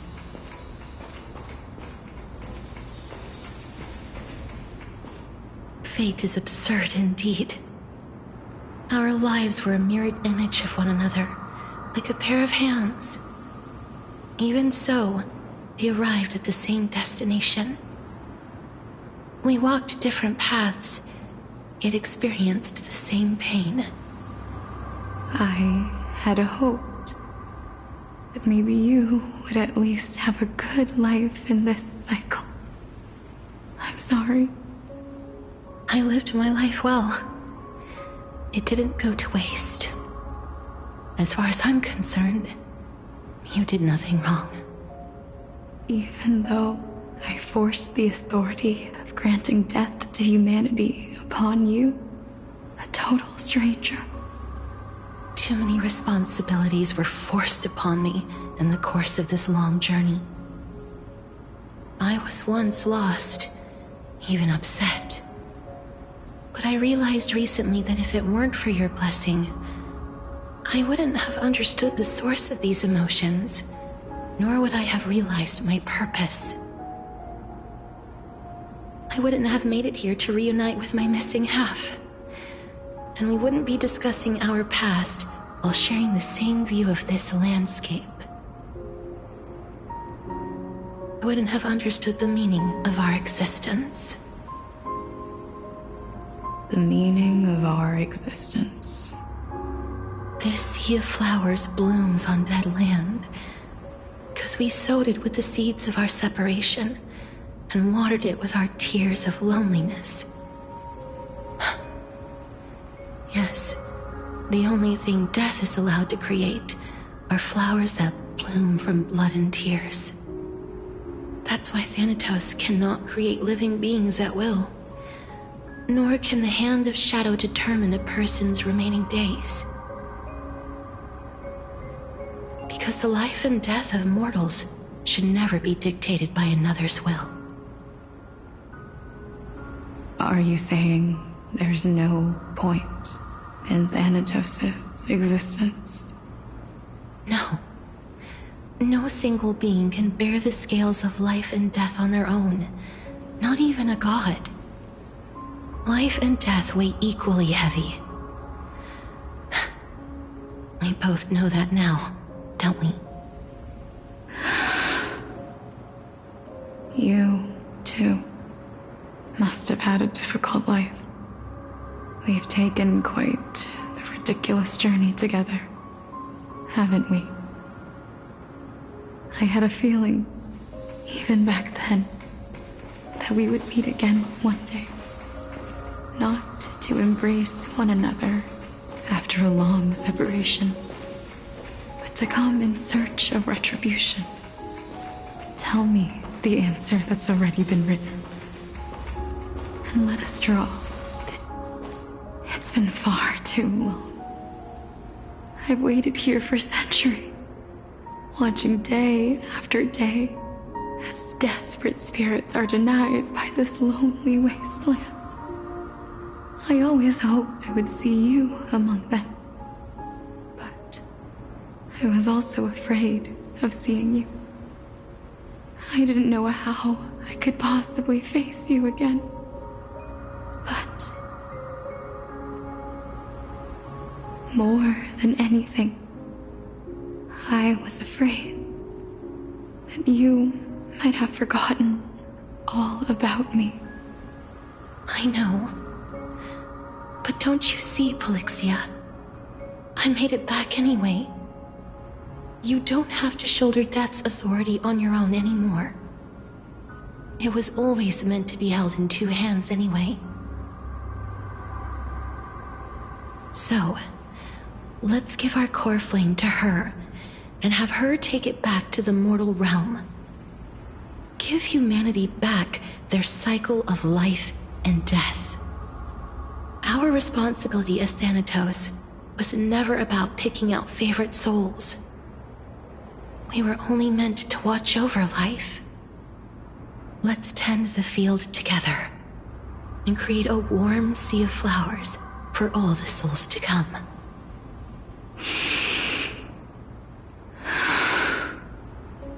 What do you think, Polixia? Yes, just One last step. You shall wither, and through that, the dead will sprout again from the remains, and be reborn with the dead flame. As foretold by the prophecy, Thanatos' authority is only destined for only one person to wield. As the Chrysos heir of death, as their demigod, as a titan, our fated moment has arrived once again. Just like before. Yes, just like before. But unlike that time, the ones undergoing the trial this time are prepared. You've made up your mind? Yes, as dictated by fate. But I won't be afraid. As long as you're here with me. Complete your trial in this life. Grant me the embrace of death, and light the spark of life ablaze. You've been tempered by life and death. I know you'll be able to give this wasteland its first breath of life. Like a raven butterfly, flying swiftly into the netherrealm, perching on the twig of death.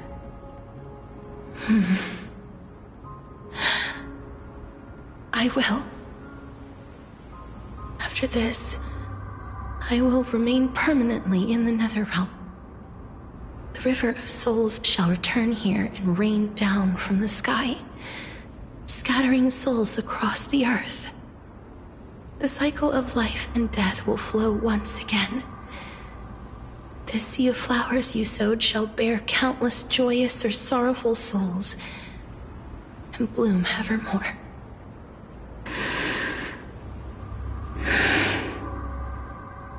Thank you. Just one last thing.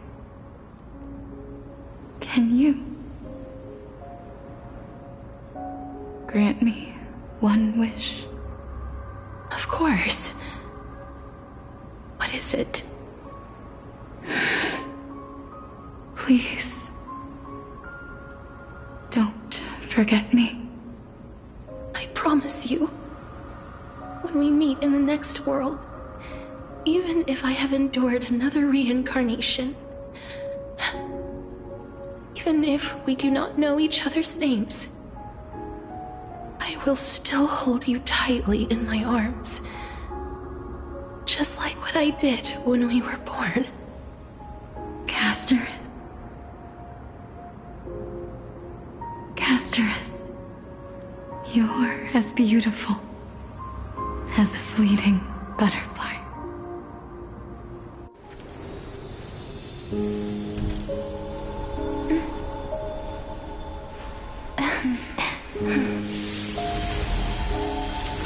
I will bring rest to death. And from now on, stagnant life will once again flow.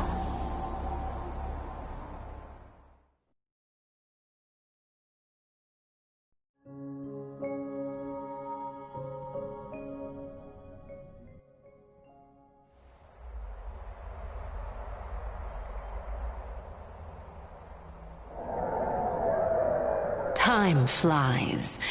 In the blink of an eye, the 15th entry hour is already at hand. When this farce is over, your soul will be placed on the scales of life and death. Are you ready? No need to ask so many times. Of course I am. Then why do you drag your feet?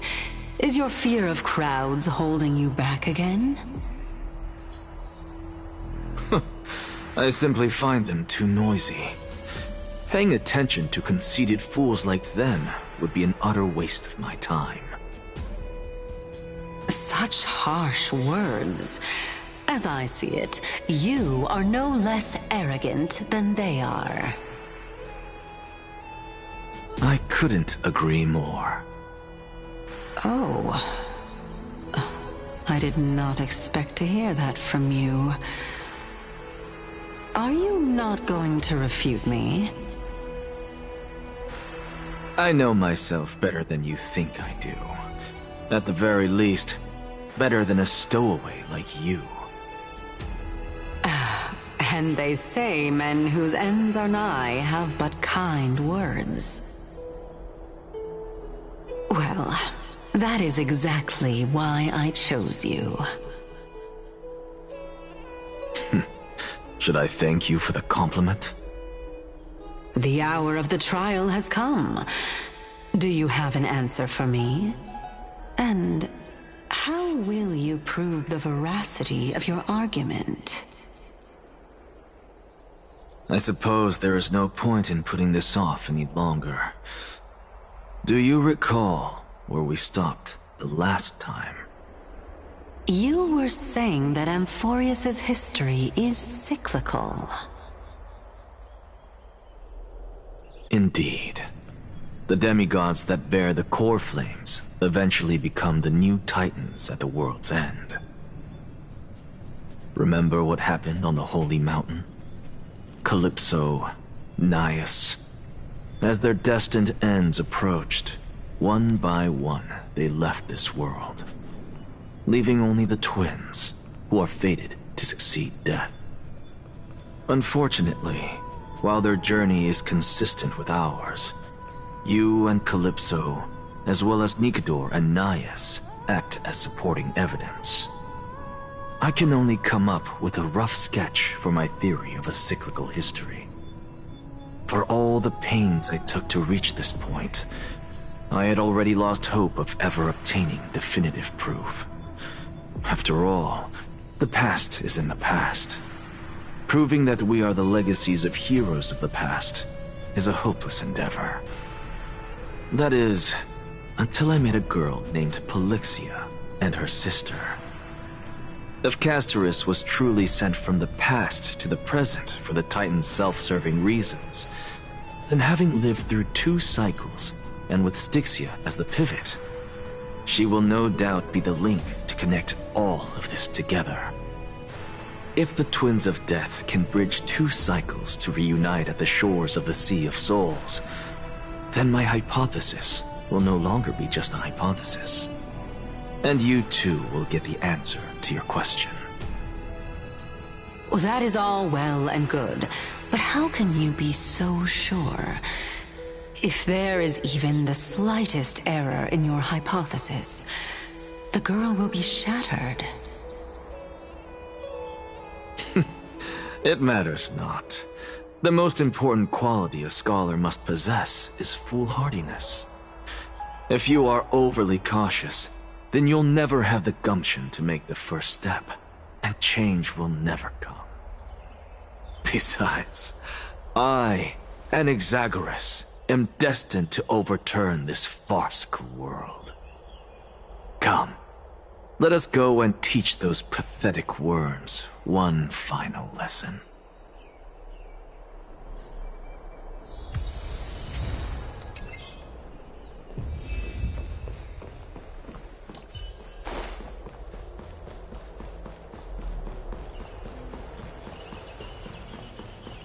Fine.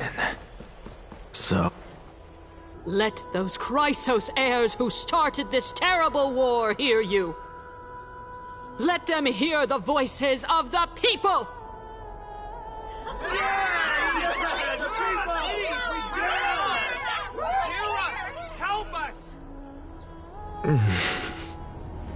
As always, that woman knows how to stir up a crowd. Professor Anaxa, I thought you'd pass on this. Everyone must cast their vote, or this assembly would serve no purpose. Prof, do you truly think it's wise to entrust the fate of the world to an assembly like this? Akama has stood strong under this system for 1,000 years. It stands to reason that there is purpose in its existence. But that is not what you're asking, is it?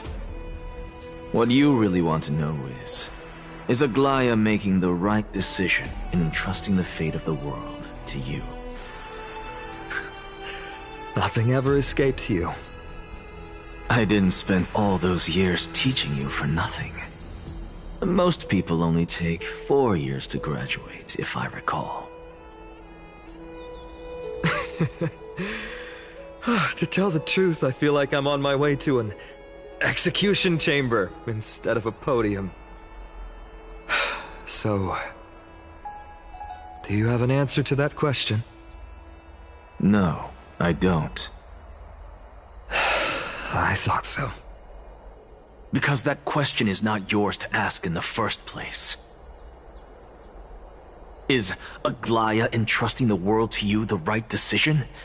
Don't make me laugh. That is a question that woman must answer herself. Why are you fretting about this on her behalf? Or have you been seeing yourself as her pawn all this time? Listen up. I'll say this only once. Flip your perspective around and ask yourself this instead. What should I do to ensure that the world doesn't stray from the correct path? That is what you should be thinking about. You still have time, so give it some thought. Oh, and don't bother telling me the answer. Tell it to those begging for salvation from the gods. Got it. Thank you, Professor Anaxa. That's Anaxagoras to you. Who will you be voting for? That'll depend on how well you perform. May Circe safeguard your thoughts.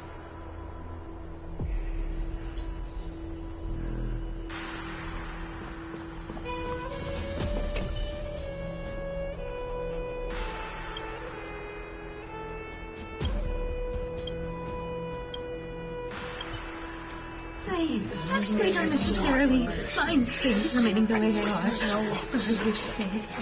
I'm a little nervous. Thank you. Elders and citizens, silence, if you please.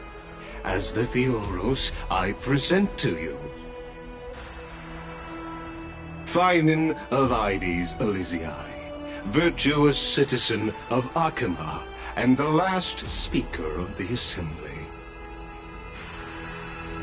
Much obliged, Lord Lycus. I remember him.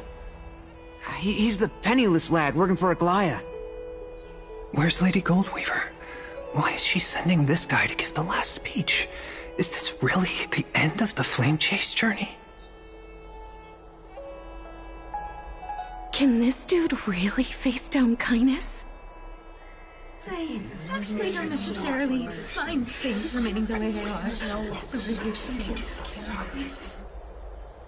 By Kefali above, dear citizens of Akima, as you look upon me, so too do I see you.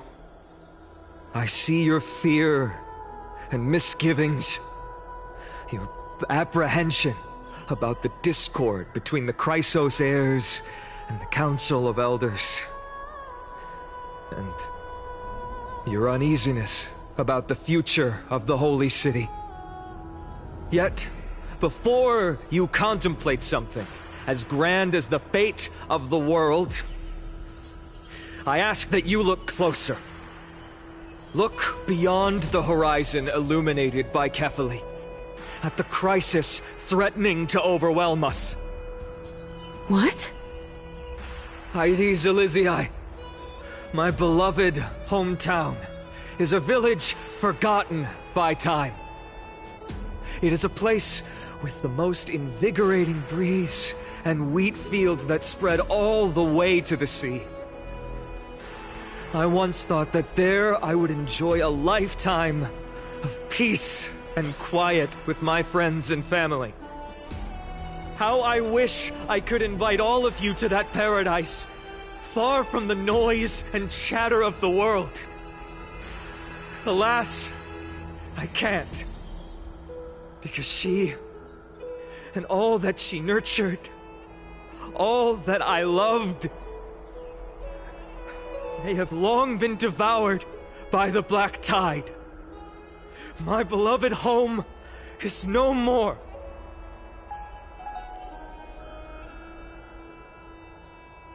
I will never forget the day the black tide struck. My father, Hieronymus, fought with a broken sword to his last breath to protect his child.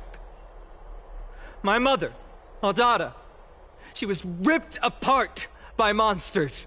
Also, I might live to stand before you here and now. Galba, he was a hunter. But in the end, those arms that once drew a bow instead embraced Piso, his beloved son, as they both breathed their last. Pythias, the teacher, risked her life to save her students, but a burning beam fell on her, crushing her. And what of Livia, her daughter? Did she make it out alive? No, she didn't. Livia, Piso, and so many other children. My childhood friends. They were all swallowed by the black tide and turned into monsters.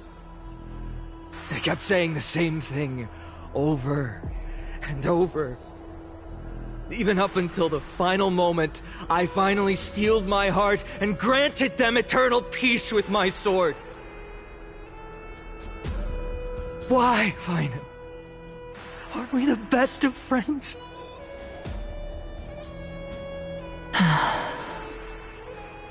That is the black tide. A looming threat that can bring Akuma to its knees any time. Kindness may have promised that with the 3 Titans of Calamity Con, Akuma will return to an era Chrysia once more, but much as it pains me, I must disappoint you. While the demigod of strife has done everything in his power to hold them back, they are still coming. By now, the name of that black-robed swordmaster, the Flame Reaper, has likely echoed throughout the city already. The roaring thunder is a message from the strife demigod. The Flame Reaper has risen from death, and they hunger for the core flames of the gods.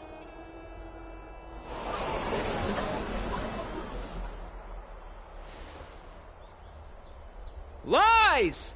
If such a powerful enemy is indeed approaching, why is Akuma still a picture of peace? Exactly!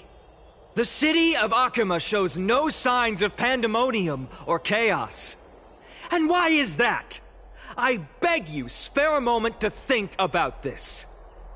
Are we able to stand here and hold this assembly in peace today because the danger has passed? No! This peace we enjoy is no gift of fate.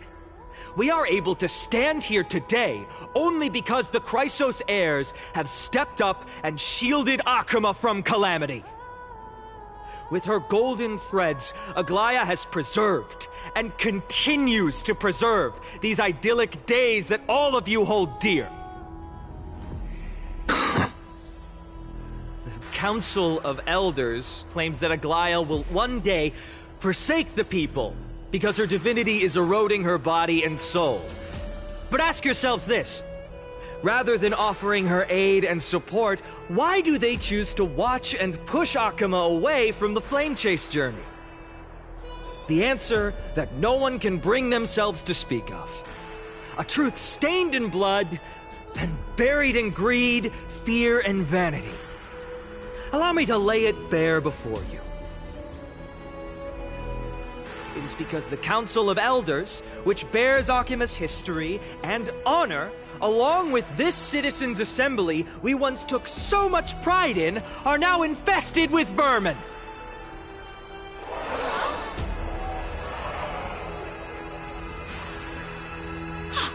You insolent whelp!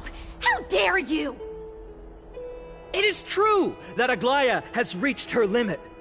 Why? Because she has been working tirelessly to weave the defenses of our holy city against the encroaching evil. All while these vermin are making up baseless accusations about her and scheming in the shadows. Not once has she ever failed Akama. Yet these vermin attempt to tear her apart, tarnishing her name with unfounded allegations. She may have been blessed by divinity, but hasn't her heart always stayed true to humanity? They attempt to mislead you and reduce this assembly to a crude standoff between gods and humans, but citizens of Akama. Once more, I implore you to open your eyes and look at those around you. Examine them closely. Beneath all that finery, do you see the good heart of a human or the poisonous glands of a pest? Make your judgment, then turn your gaze to the demigods whom so many of you regard as cold and merciless.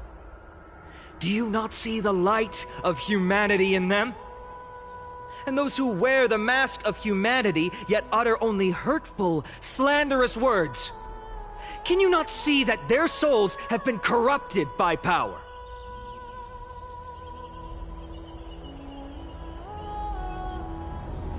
Yet, no matter what your answer is, and no matter who your vote goes to, rest assured that you have nothing to fear. For Aglaya, Tribios, and I will remain your faithful guardians and pledge our lives to upholding your decision. And this vow will stay true until the end of our days, where it will be passed on to future flame chasers. A steadfast and unwavering promise that shall endure through the ages. The Christos heirs have only our best interests in mind. I still don't understand. I will never believe our proceedings have to end. So.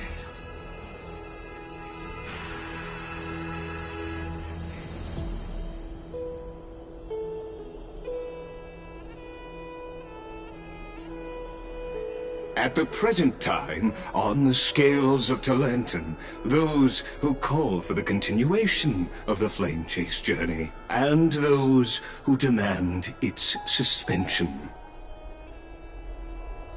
Each faction holds an equal share of votes, resulting in a perfect balance. As expected.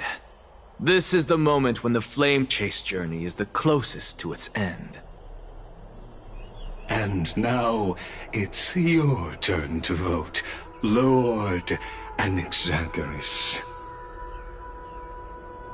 Is there anyone else who hasn't voted? No, you're the last. Cast your vote with care, for your decision will break this impasse. I have long since made a decision. Very well. May you bring much needed change to this farcical world.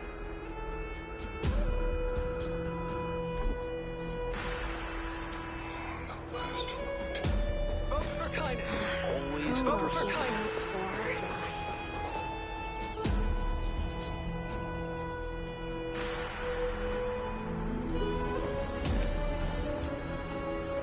You've done well, Finan. Given the circumstances, delivering a rousing speech to stir up emotions was a prudent move.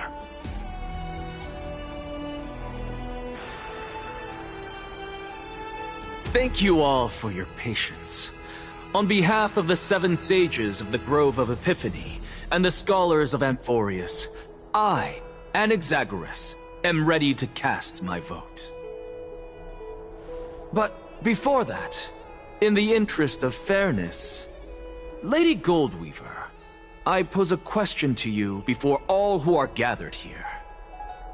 Will you, as Finan has promised, stand by the decision made in the Assembly, regardless of outcome?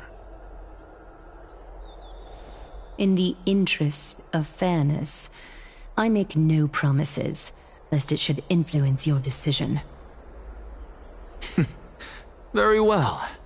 I thank you for your honesty.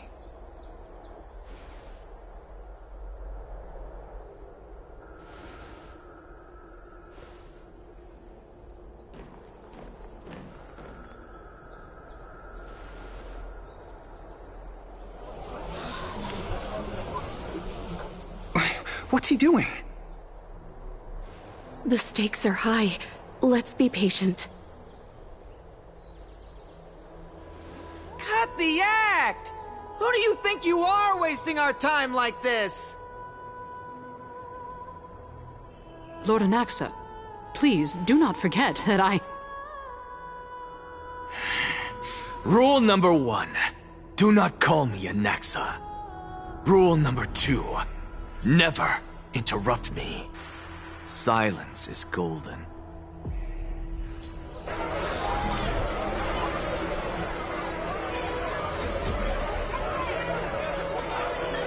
Just vote already. What are you waiting for?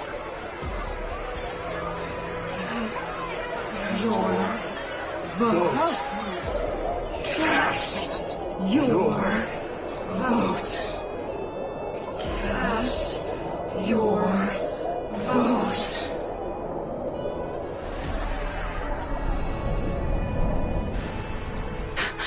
I cannot help but wonder, is every hardship in the world something you will exploit and use to your advantage?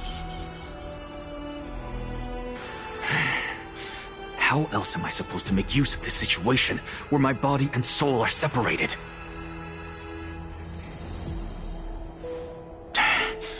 Oh, Circes. Or should I say Calypso.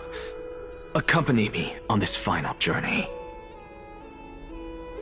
Let us journey to the Netherrealm and see how she will substantiate the answer to your question and validate my decision. We need only to follow the sound of the tides.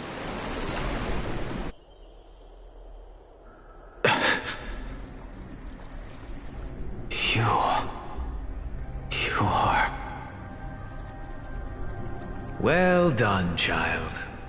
Just as I foresaw, you have achieved great things. Teacher. What a twist of fate. A blasphemer raised in the doctrines of the Venerationists. It's like a foal kicking its mother in the belly after taking all her milk. I respect you immensely, sir, but... You cherish the truth even more. So, child, do not be troubled by the criticisms I have borne. Do not let those voices hinder you as you forge ahead. As the sage of the Venerationists, I am duty-bound to oppose you. But, as your friend and mentor, Anaxagoras, I say, go forth, for the truth is already in your hands. I will keep that in mind. Go now, child. Your lonely pursuit is about to welcome a new chapter. And when you reach the end of this journey, may we meet again with the truth before us. You have my word, sir. May Circes safeguard your thoughts. May Circes safeguard your thoughts.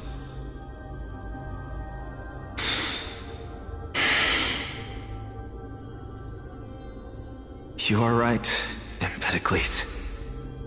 My lonely pursuit is about to welcome a new chapter. I must be on my way now. May we meet again with the truth What are you waiting for? Just cast your vote. Silence! Silence, everyone! Behold, Circes, here at the center of the world, I shall write the final step of my proof. For this place is but one step away from the truth.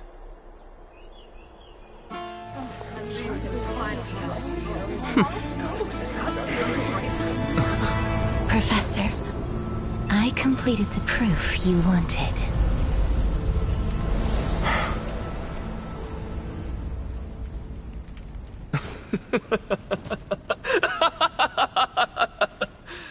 Thank you, Castorus. The answer is plain as day. My vote goes to the Flame Chase Journey and nothing else! Elder Kindness, I have deciphered the truth of this world!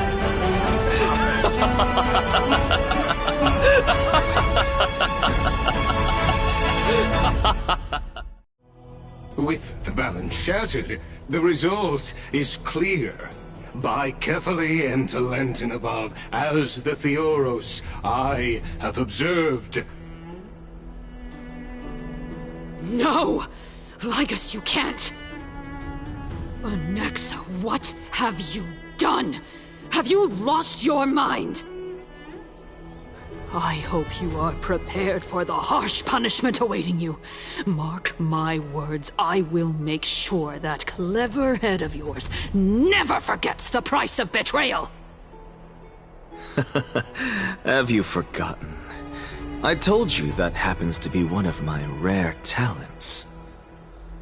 You put on such a grand performance, just to aid their preposterous flame chase journey? Performance? No, you are quite mistaken. I may be paranoid by nature, but I've always been known for my honesty.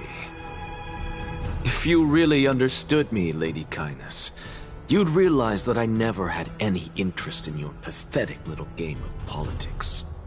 Factions, standpoints, they are jokes in my eyes. I have never once switched sides. Because I, and I alone, am the truth. Lady Kindness, with all the citizens here as witnesses, we should honor the spirit of democracy and respect the decision of this assembly. I have observed that Akama has chosen her destiny. This citizens' assembly has resolved to continue the flame chase journey. This resolution shall be put up on the Wall of Heroes, such that all citizens are aware of the city's way forward. You! It seems not everyone is ready for the assembly to end. Very well. Let me entertain you for a little longer. By your leave, Lord Ligus. Interesting. Elders and citizens, your attention, please. Stay for a moment more, if you will. Anaxagoras of the Grove of Epiphany has an announcement for the assembly. What is this performer up to now? Absolute flame chase journey. Do you think he'll continue? I don't know. So apropos. Frankly, still. Just moments ago, all of you made a decision on the fate of Amphorius. As a supporter of the Flame Chase journey, it pleases me to see the choice you have made. But I regret to say that I still harbor doubts about this outcome. Thus, I hereby challenge this resolution. Tell me, who among you dare swear to Kefali's name that Era Nova will truly welcome the fairy tale ending that the Chrysos heirs have promised? A beautiful new world free of calamity and madness? Nonsense! That's impossible! What is he getting at? Of course he... Not even for a second. No one? Must I pick somebody to answer? Very well. You, the one acting so wise and profound, in front of all present here, do you dare swear that it will happen for sure? No? Fine. Next. You, The one with ignorance written all over your face. Yes, you. Do you dare swear by it in front of the Titan? What are you trying to do? Useless. Your turn, then. With that smug look of yours, you must be confident that the Flame Chase journey is the best course to take, right? Hey! Mind your tongue! So, no one? I see. In that case, Finan, answer me this. Your speech was filled with such passion just now. How confident, then, are you in making this promise? Professor, what are you doing? Let him continue with his performance.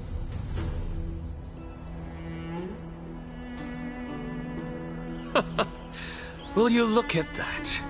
Even Finan and Aglaya lack the courage to make such a promise. And what's even more absurd is that no one but I can promise you this new world. And yet, the Assembly passed the resolution anyway.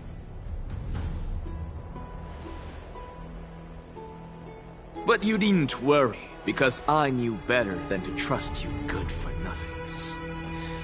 That is precisely why I am here today. To give you one final lecture. Now listen up and listen well. I, Anaxagoras of the Grove of Epiphany, hereby declare everything that the Flame Chase journey promises is true. Finan of Ides Elysiae, the prophesied demigod who shall succeed Kefali, will reforge each and every one of us in the new world with his complete, intact memories. What? The core flame-bearing titans were the Chrysos heirs of yesterday, and the Chrysos heirs who carry the core flames today will become the titans of tomorrow. All of our souls shall endure for eternity in the miracle of the World-Bearer. And all under Kefali's protection shall step into that new world. This is pure blasphemy! It's impossible! What? Are you saying that we must bow down to you and worship you, even in our next lives? Enough, you blasphemous imbecile! How dare you try to deceive us with all these lies and falsehoods? How can you prove? I told you, don't interrupt me. But since you've asked, I shall be kind and indulge you. My statements are based on my experiments on the divine body of Kefali themselves. You heard me correctly, everyone. With the tacit approval of Kindness and the Council of Elders, I fused my soul with the god through alchemy and learned the truth behind Era Nova. What is he talking about? Isn't that pure blasphemy? I, the vile, wretched blasphemer, deserve nothing less than death for my sins. And the Council of Elders, which granted me consent and aided in committing this atrocity, should face punishment alongside me! By the gods! Even Kindness has betrayed Akuma! The camera's on. We're carefully involved.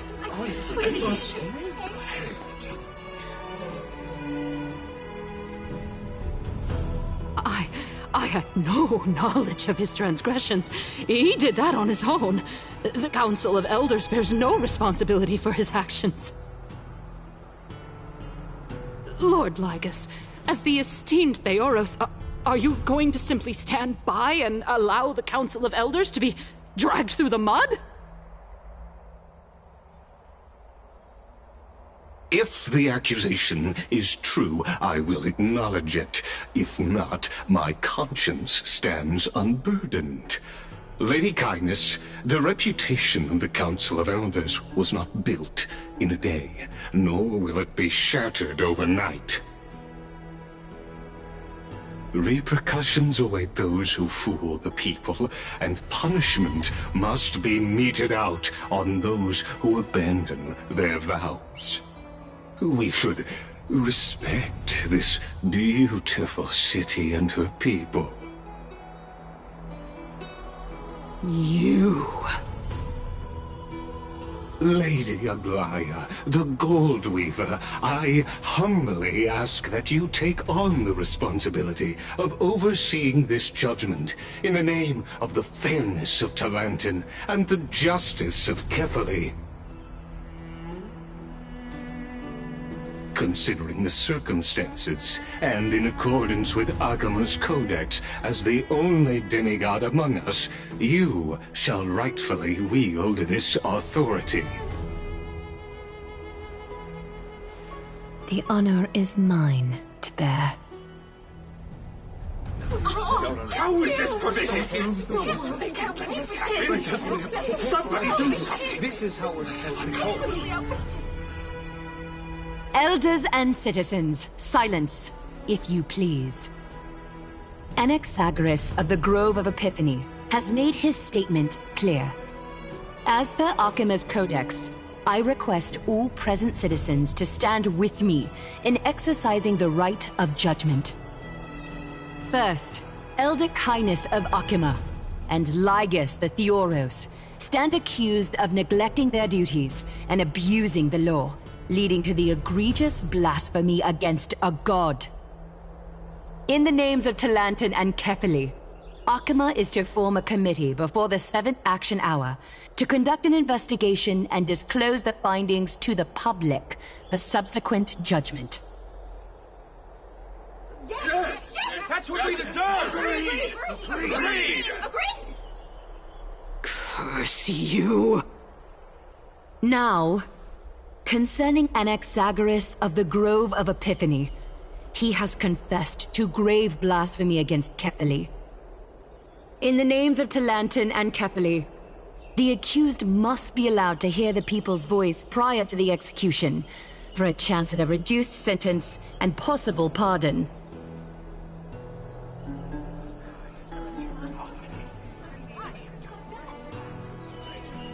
Die! Let him die! Let him die!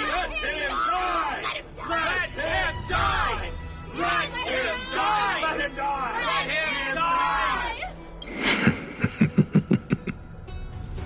Professor. Let him die! Let him die! Let him die! Let him die! Let him die! Let him die! Let him die! Let him die! Let him die! Let him die! Let him die! Let him die! Let him die! Let him die! Let him die! Let him die! Let him die! Let him die! What decision will you make, Lady Goldweaver? Enough with the hesitation, Aglaya. This is not like you. Let him die! Let him die! Let him die! Let him die! Let him die! Let him die! Let him die! Let him die! Let him die! Then, in light of the people's voice, O Talantin on high, may you bring death upon him.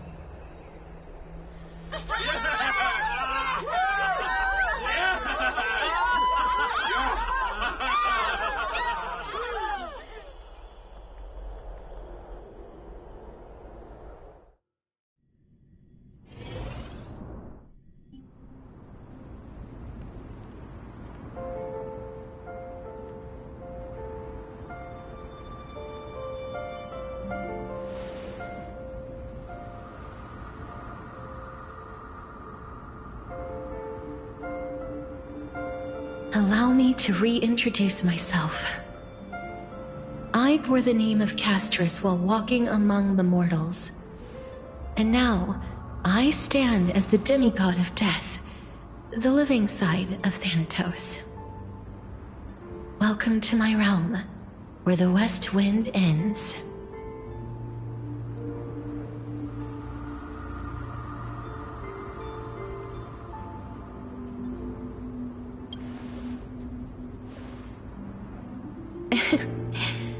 Every departed soul who has arrived here has expressed the same.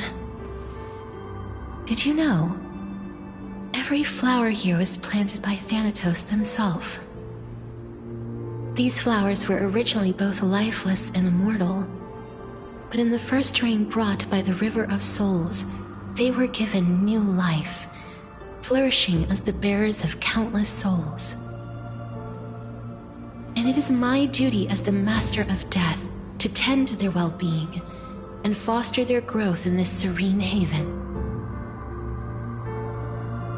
Similar to the structured cycle of life and death in the mortal world, these flowers too shall wither and fade, returning to the earth and then ascending to the sky with mist and tides. Eventually, they will descend to the mortal land as gentle rain. Every soul undergoes the perpetual cycle of reincarnation, albeit in varied forms, until the world meets its end. Yet, sadly, there's no time left for Emporius to wait for when the flowers bloom again. Now, death is the power at my fingertips.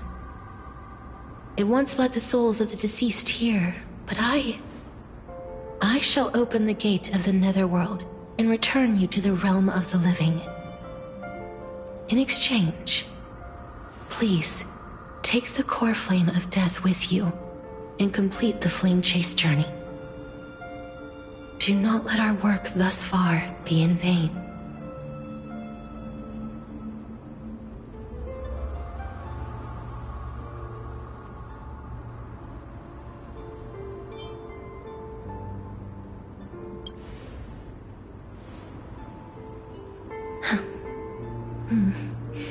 Just like the other demigods, I will stay here and embrace my destiny.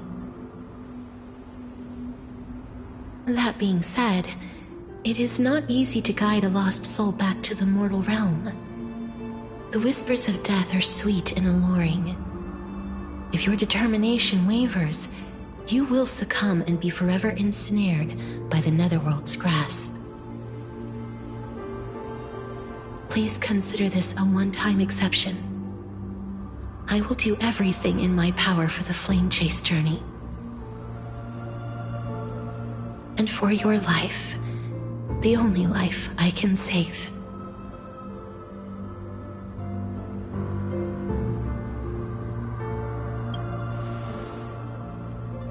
I am glad to hear that.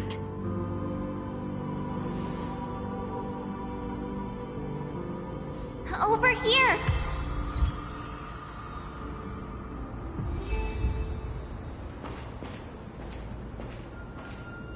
I believe in you.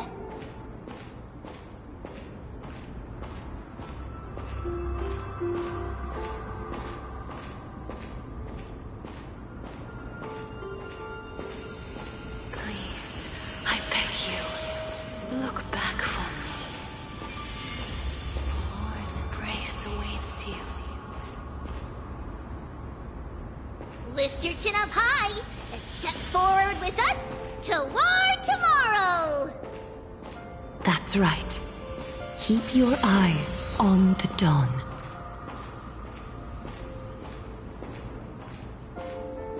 Onward. Show me your courage.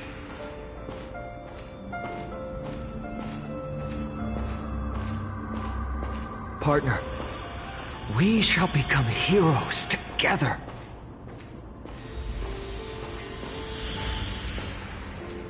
Keep at it.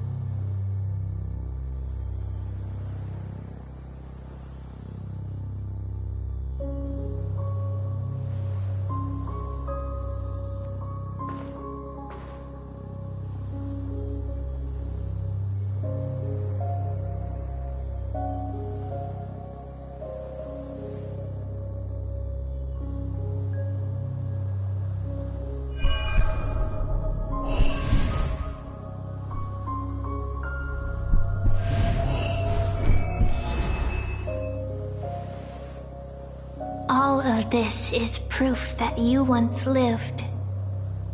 Your soul, your memories, the years you've...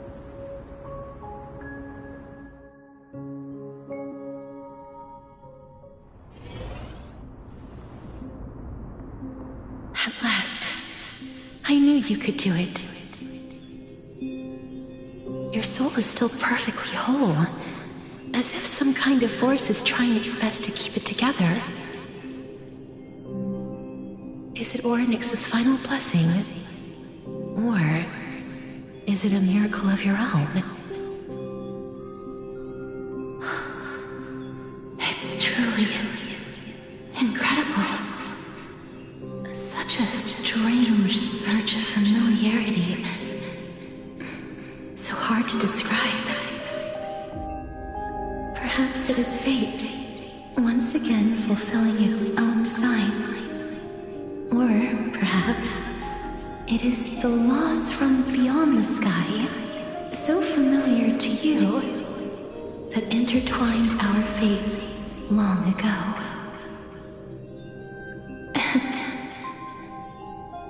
It seems that this is the riddle which cannot be solved anytime soon.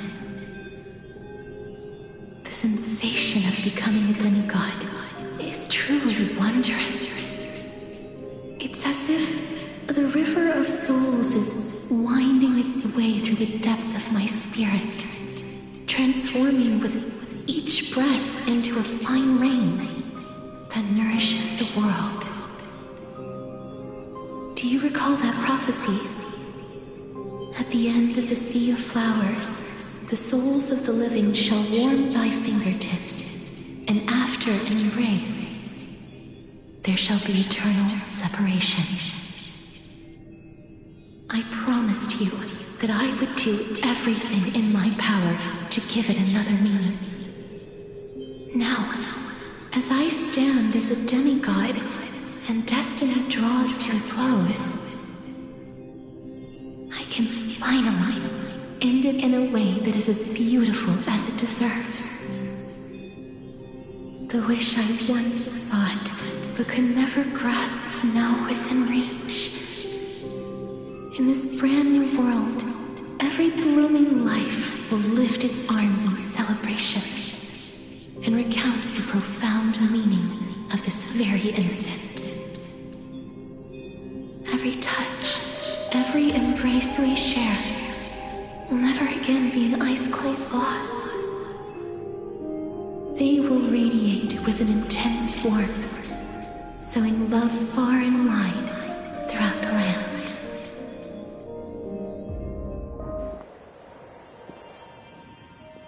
The other shore is very cold.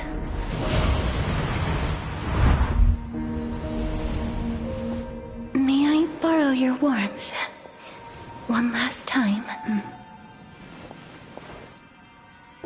Thank you for fulfilling this wish of mine. The place I'll be going to is what humans call the Land of Sorrows. But with this heartbeat and the residual heat of this embrace, I shall turn the nether realm into a gentle place of rest.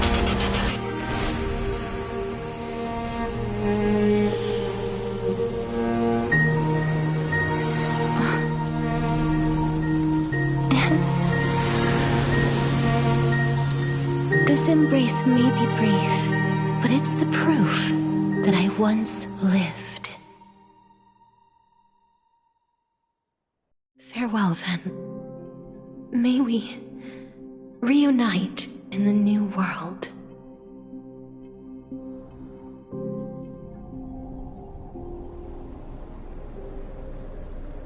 That grand and absurd performance was what you've been seeking your whole life? I gave up everything in search of truth, and it culminated in this very moment. You, on the other hand, performed as I expected. You did not hesitate when you saw the chance to attain power. It's as if you... crave power. like a fly craves rot. Those are your words, not mine. But what you said at the end, did you already know what I had planned for Thainan? I may have lost an eye, but my vision is clearer than anyone else. You've nearly exhausted your humanity. You're no different from my current state as a walking corpse. That's true. I've long since burned to ash over the past 1,000 years. Only he is capable of unleashing a raging fire that rivals our final great enemy, Aquila. So, this is our last chance. How about we let go of the bad blood between us? May I resonate with your core flame, Aglaya? Please do. That's impossible. To persist with your soul thinned to such an extent. You're insane. Just as you fight to lug your corpse onward to complete your unfinished goals, I have my own reasons for doing this. Until Thainan grows into his position as the prophesied leader, I must continue to lead everyone on the flame chase journey. I must keep inching forward, even if only as an empty shell. I've long predicted this was the case, but I didn't think you'd already lost so much. How ironic. We would have avoided so many misunderstandings if you and I had just spoken this candidly before. But casting aside our ideological differences, there is one thing you and I agree on. Thainan. Yes. He was born to be a hero. He understands the hearts of the people, and I can confidently say he is a far better leader than you. Only he is capable of fulfilling your mission. Sadly, he is a man cursed by Nestia. But by my estimates, his horribly elaborate sense of style should not impede Era Nova. Congratulations are in order. We found common ground at the very end of our destined paths. When you put it that way, it makes me want to take back what I said. Aglaya, we're back. Come welcome our great hero reborn from the ashes. I hope he didn't hear your earlier assessment. It wouldn't be the first time I criticized him. A man should be aware of his own shortcomings.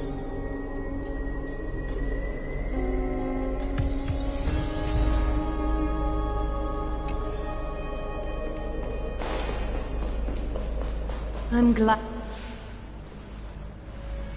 But I don't see Castris among your number. It looks like she not only helped me prove my theory, but helped you fulfill your mission as well.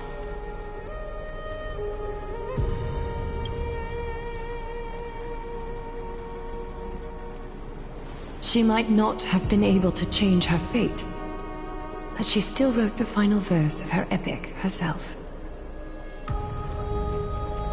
Trinan, please recite the prophecy for us. Trailblazer, please surrender that scalding cool flame for us as well. You are the only life she ever saved by her own hand in her 1,000 years on this earth. I believe no one is more qualified for this noble task.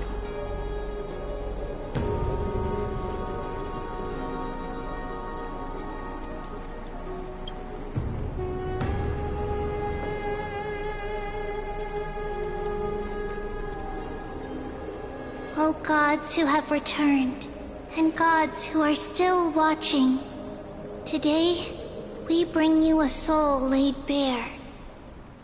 The hand of shadow, Thanatos, remembered their name from the past. From daylight they came, and to their fragrant dwelling they return, to walk now among your ranks.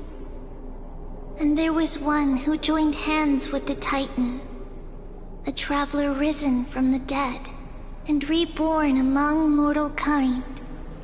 She is the everlasting night, and shall now proclaim in her good name, O Majesty of the 12 Titans, pillars of the world. We seek your divinity to mend the rifts of the world. Fill our bodies with blood of gold, till we wither in willing service to the prophecy. Step forward, trailblazer from beyond the sky, and together with us, surrender the core flame and carve their star into the sky.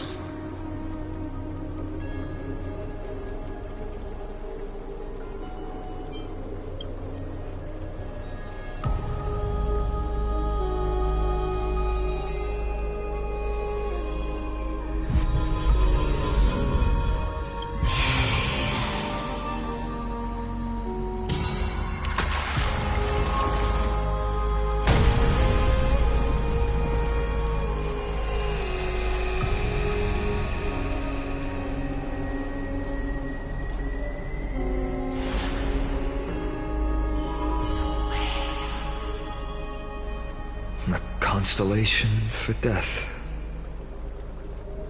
For life and death, to be more precise.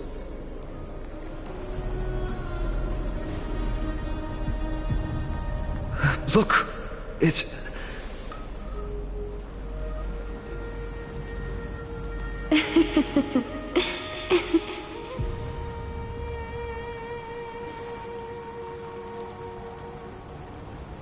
No, it's only a divine echo.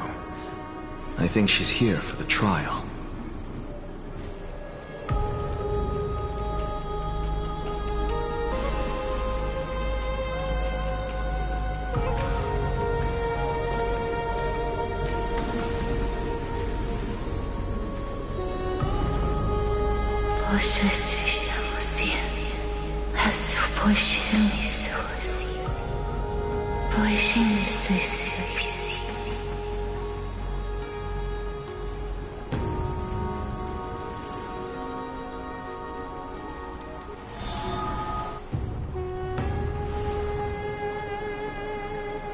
What did she say? That's the language of the Titans. Castorus... No. The Titan... They said... I have illuminated the cold shadow of death. Onwards. For your path to the future is bright and its flame eternal.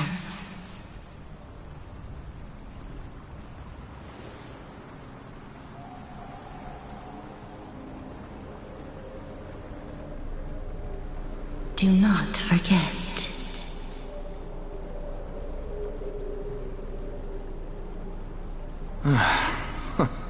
She made quite a scene. I suppose it's my turn now. I won't stop you. Professor, you... What's with that look? You were present. So, let's get this execution over with. We wouldn't want to bring shame to Akima's divine laws or keep me from creating a new world. You never change, do you, Professor? I don't understand. If your theory is correct, you'll lose all memories of your past life once you become a Titan. So what's the point of becoming a god? Of course there's a point. Even if I forget who I am, I'll still have my brilliant mind. It goes without saying, I'll find a way to retrieve memories of my past life. Besides, I still have you, don't I? I still don't really understand what you said during the assembly. even if it were true, things reforged from memory could never be the same as the original anyway. Then allow me to tell you right now that you're wrong. What exactly are we? My answer is that the Chrysos heirs are the future Titans and vice versa. Of course, this answer only applies to us. So, what are we when it comes to regular mortals? The very essence of the world, our souls, are tiny invisible seeds that hold records of each person's memories of the world. And we are the buds that sprout from these seeds to grow into great trees. Is that what new sporism means? Correct. Once our physical bodies are born, we become new extensions of the world. From there, we plant our seeds into someone's memories, and then scatter them into the heart. Just as seeds are affected by their environment, so too will to destroy our very existence. One must destroy the world itself. That person is you, child of Kefali. So, carry everything of this world and live on. And especially, don't bring dishonor to... Anaxa, I swear to you, I'll lead everyone to our reunion in the new world. Good. That is all I have to say. Farewell, everyone. May we meet again in the next life. Farewell, great performer. May Circes safeguard your thoughts.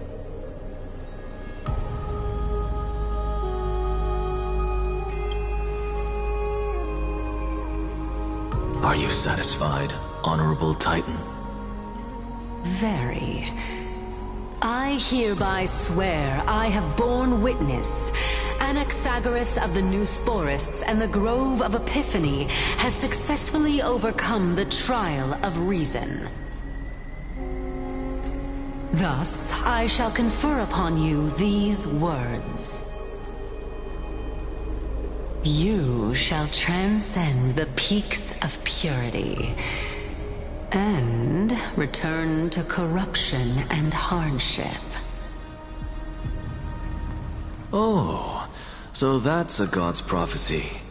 It sounds like you just rephrased my past, present, and future. Oh, Circes. Is that all you've got? Well, you've already transcended the peaks of purity, and you were never the type to give me any leeway. That is true. But I do still have one question. I knew it. What is it? Maybe we're thinking of the same thing. As you've so boldly stated, we and the world itself live on through the memories of others.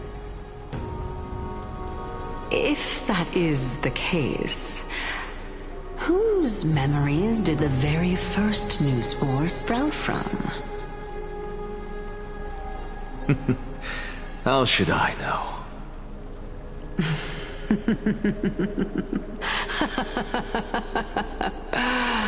Oh my.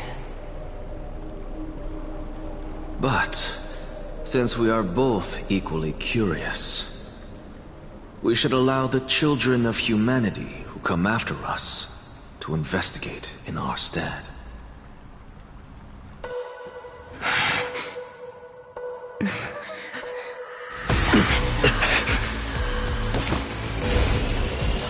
Rejoice, Circes. I sow the seeds of suspicion in the new world with your soul! And now, the objective is complete. That is all.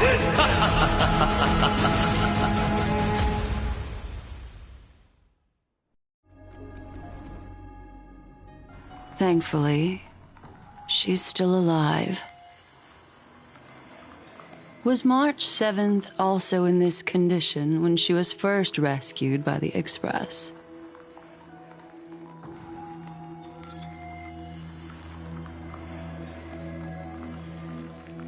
but she still woke up naturally. Looking on the bright side, that might happen this time as well.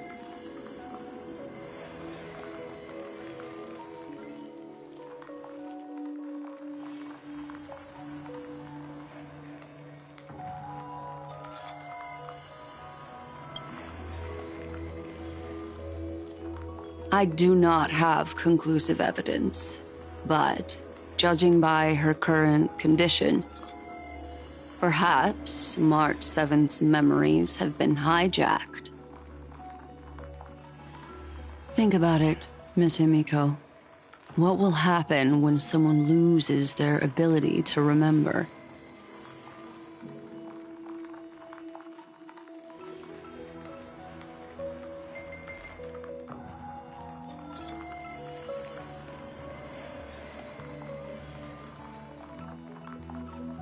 Unfortunately, short-term memory is an entirely different concept from the inability to remember.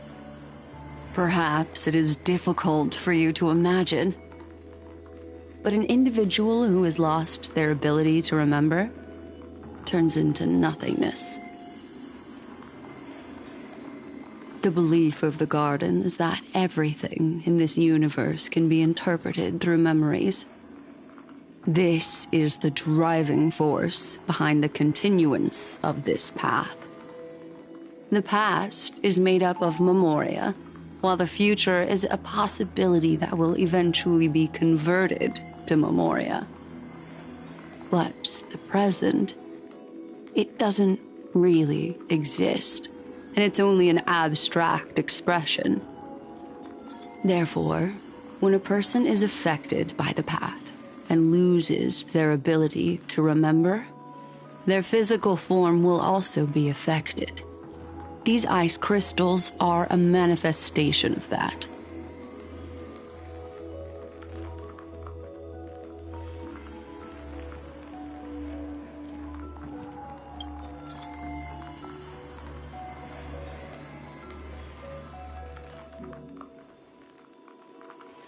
Is Miss Himiko suspicious of me?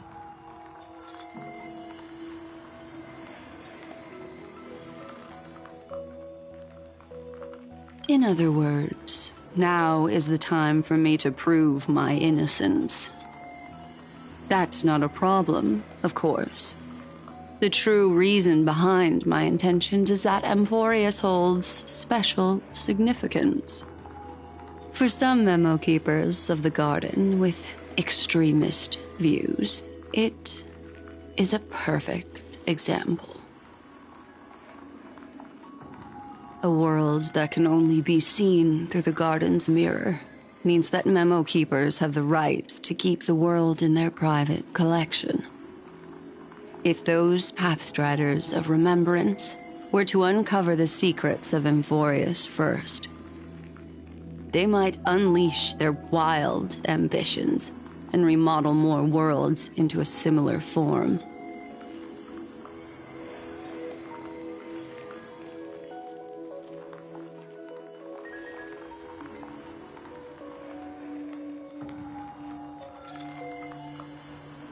I chose to remain quiet before, because I did not want to involve you in the Garden's internal conflicts.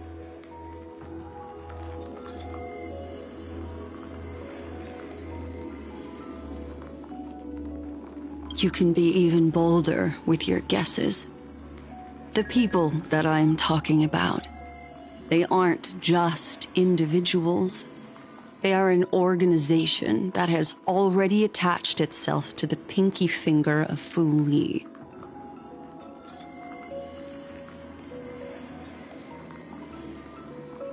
I cannot be certain, but at the very least, they are capable of doing so. I am deeply sorry about what has happened to March 7th. But the deal that I propose still remains a fair one. Amphorius is still an excellent destination, and investigating further might allow us to uncover the truth behind the accident. Miss Himiko, the wisest choice right now is for us to continue cooperating.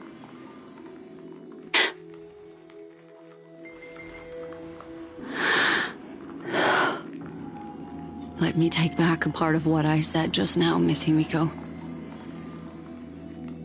Although we indeed struck a deal, it seems like I have involved you in some unforeseen danger. Please accept my deepest apologies.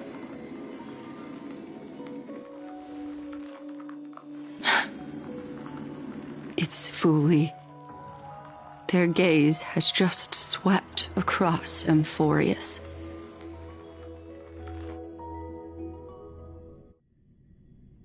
Oh, how interesting. I never expected a mere memo snatcher to be actually hiding so much inside her head. What's even more interesting is that the word Amphorius has appeared in her subconscious. This lady seems to be having fun. Is she usually like this? It's, hard to explain. What are you two whispering about? Has it not occurred to you that I can hear everything clearly? Please pardon me, Madam Herta. Would you mind sharing with us what you've discovered? The ones who need help are the Astral Express.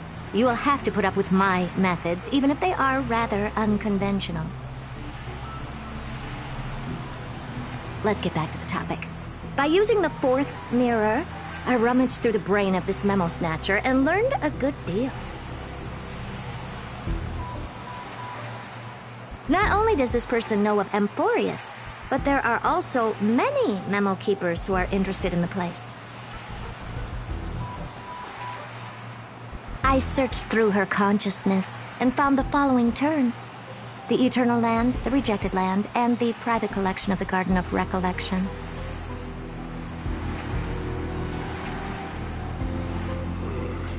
It seems like Miss Black Swan is indeed hiding some things from us. Since I'm not able to find any useful clues from the outside, why don't I personally visit this mysterious Amphorius? You're planning to head to Amphorius yourself? Yes, but not in the flesh like you all foolishly did. See these Herta mirrors? With them, I can project my data spirit entity to any corner of the cosmos through spatial warps, without even needing to leave my room. But of course, these corners of the cosmos must be within the coverage zone of inter-astral peace communications. After all, this is collaborative technology. I see. You do seem like the more indoor type. Although that star zone is not within the network of the IPC, the Express itself can serve as a signal station. Come, give me the astral chart coordinates. Then, sit back and enjoy the show.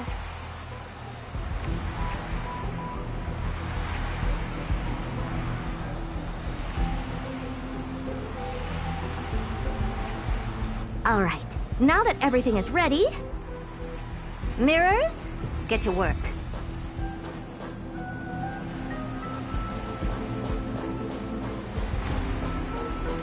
First mirror, input the coordinates. You'll be in charge of the spatial warp.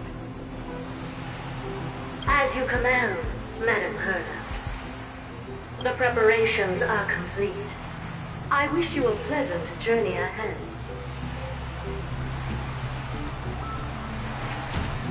Second mirror, prepare for the thought refraction.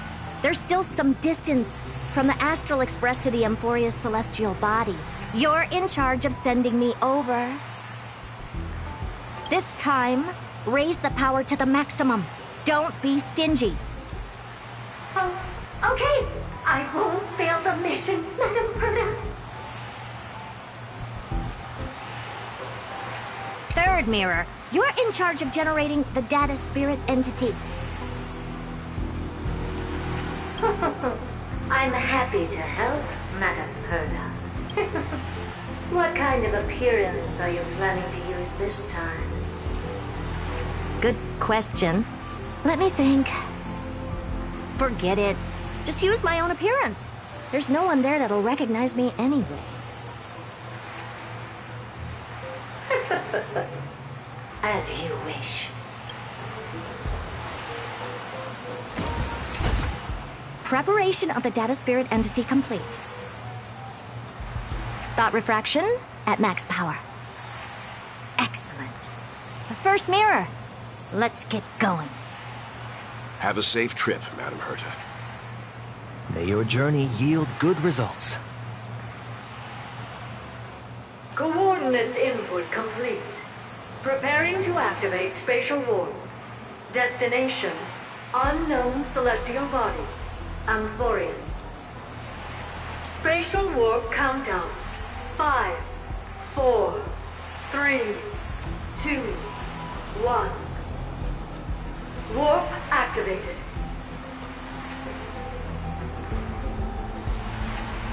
Oh! So that's Amphorius? Its appearance is, well, sure is unique. Second mirror. Prepare for thought refraction. It's time to send me in. Alright, please read the safety protocols carefully. Can't you hurry up? Yes, ma'am.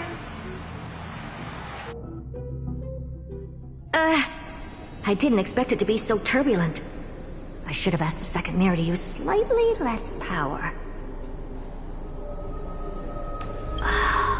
What a magnificent sight! Is this the entrance to Amphorius? Let's see. Perhaps I'll be able to find a way in. What's this? A statue? It's ugly. I don't like it.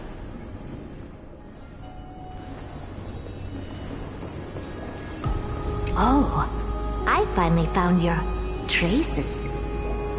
How esteemed must you be for the great Herta to come out personally? When we return, get ready to become free labor for the simulated universe for the rest of your lives.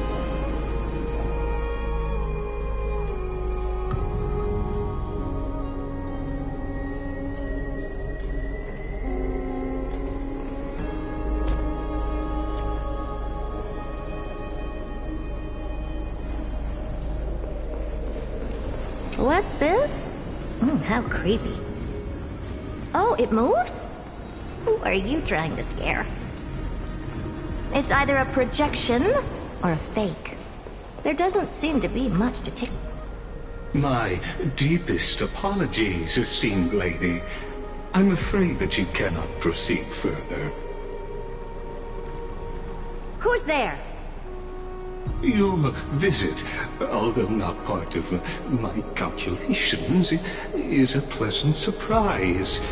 It's a pity that the preparations are not yet in place to receive you with the hospitality that someone of your status deserves.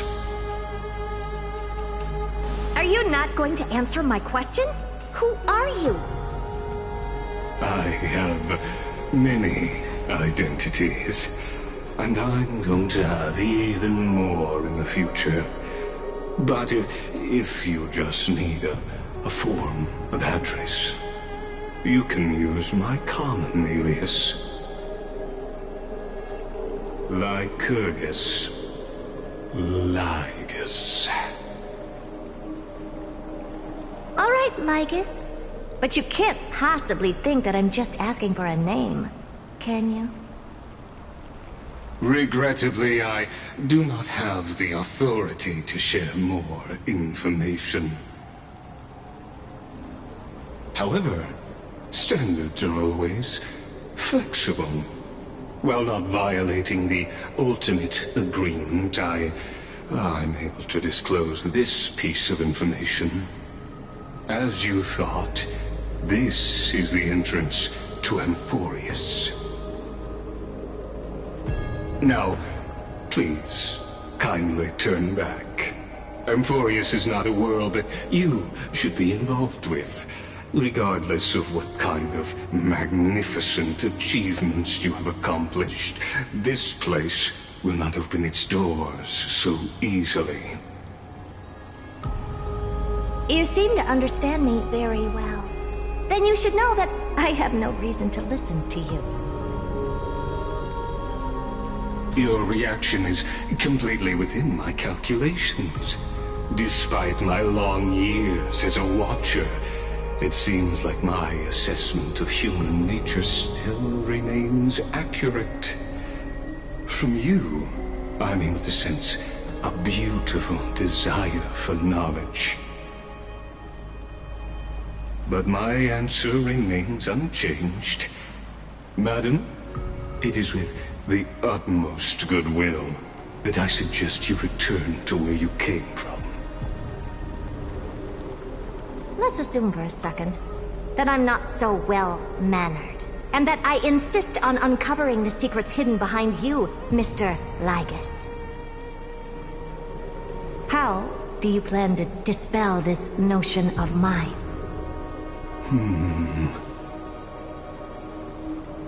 Within the scope of the ultimate agreement, there are 178,244 logic chains at my disposal to convince you. After filtering through them, I have determined that I only require 3 to attain the results that I desire. Oh? I'm all ears. First, for reasons that cannot be disclosed, Amphorius is a completely isolated celestial body. Apart from me, no one else will be able to help you enter. That's not a good argument. Second, if your plan is, as you've alluded to previously, to force me into cooperating by showing hostility, do know that, just like you, I have basked in the gaze of the erudition. I stake my honor and assure you that, in the worst-case scenario, our mutual destruction will be inevitable. Oh? No wonder I couldn't find a back door. When I did a scan of our surroundings, the safety protocols on you are comparable to Screwy's. How interesting. I assume that you still wish to hear the third logic chain? Of course. Why wouldn't I? Third, even if you exhaust all your means and find a way to break through, you will surely give up once you understand the consequences of your actions.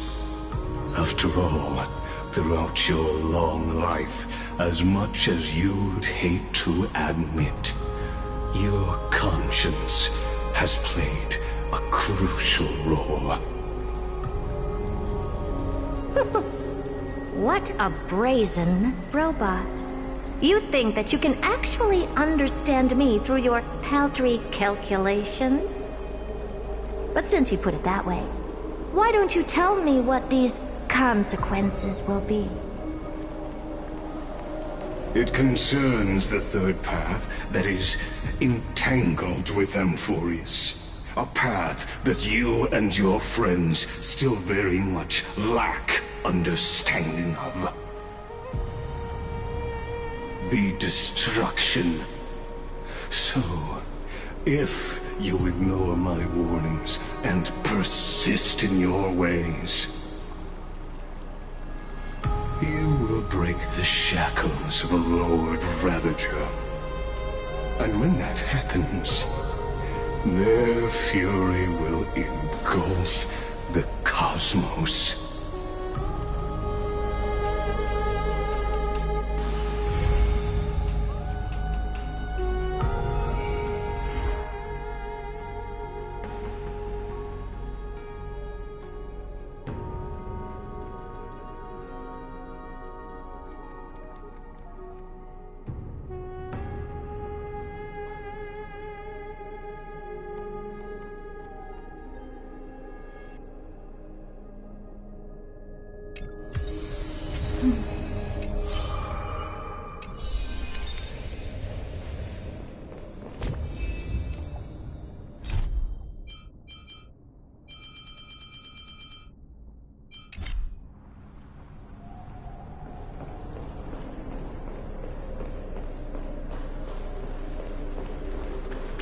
the taste of celestial ambrosia.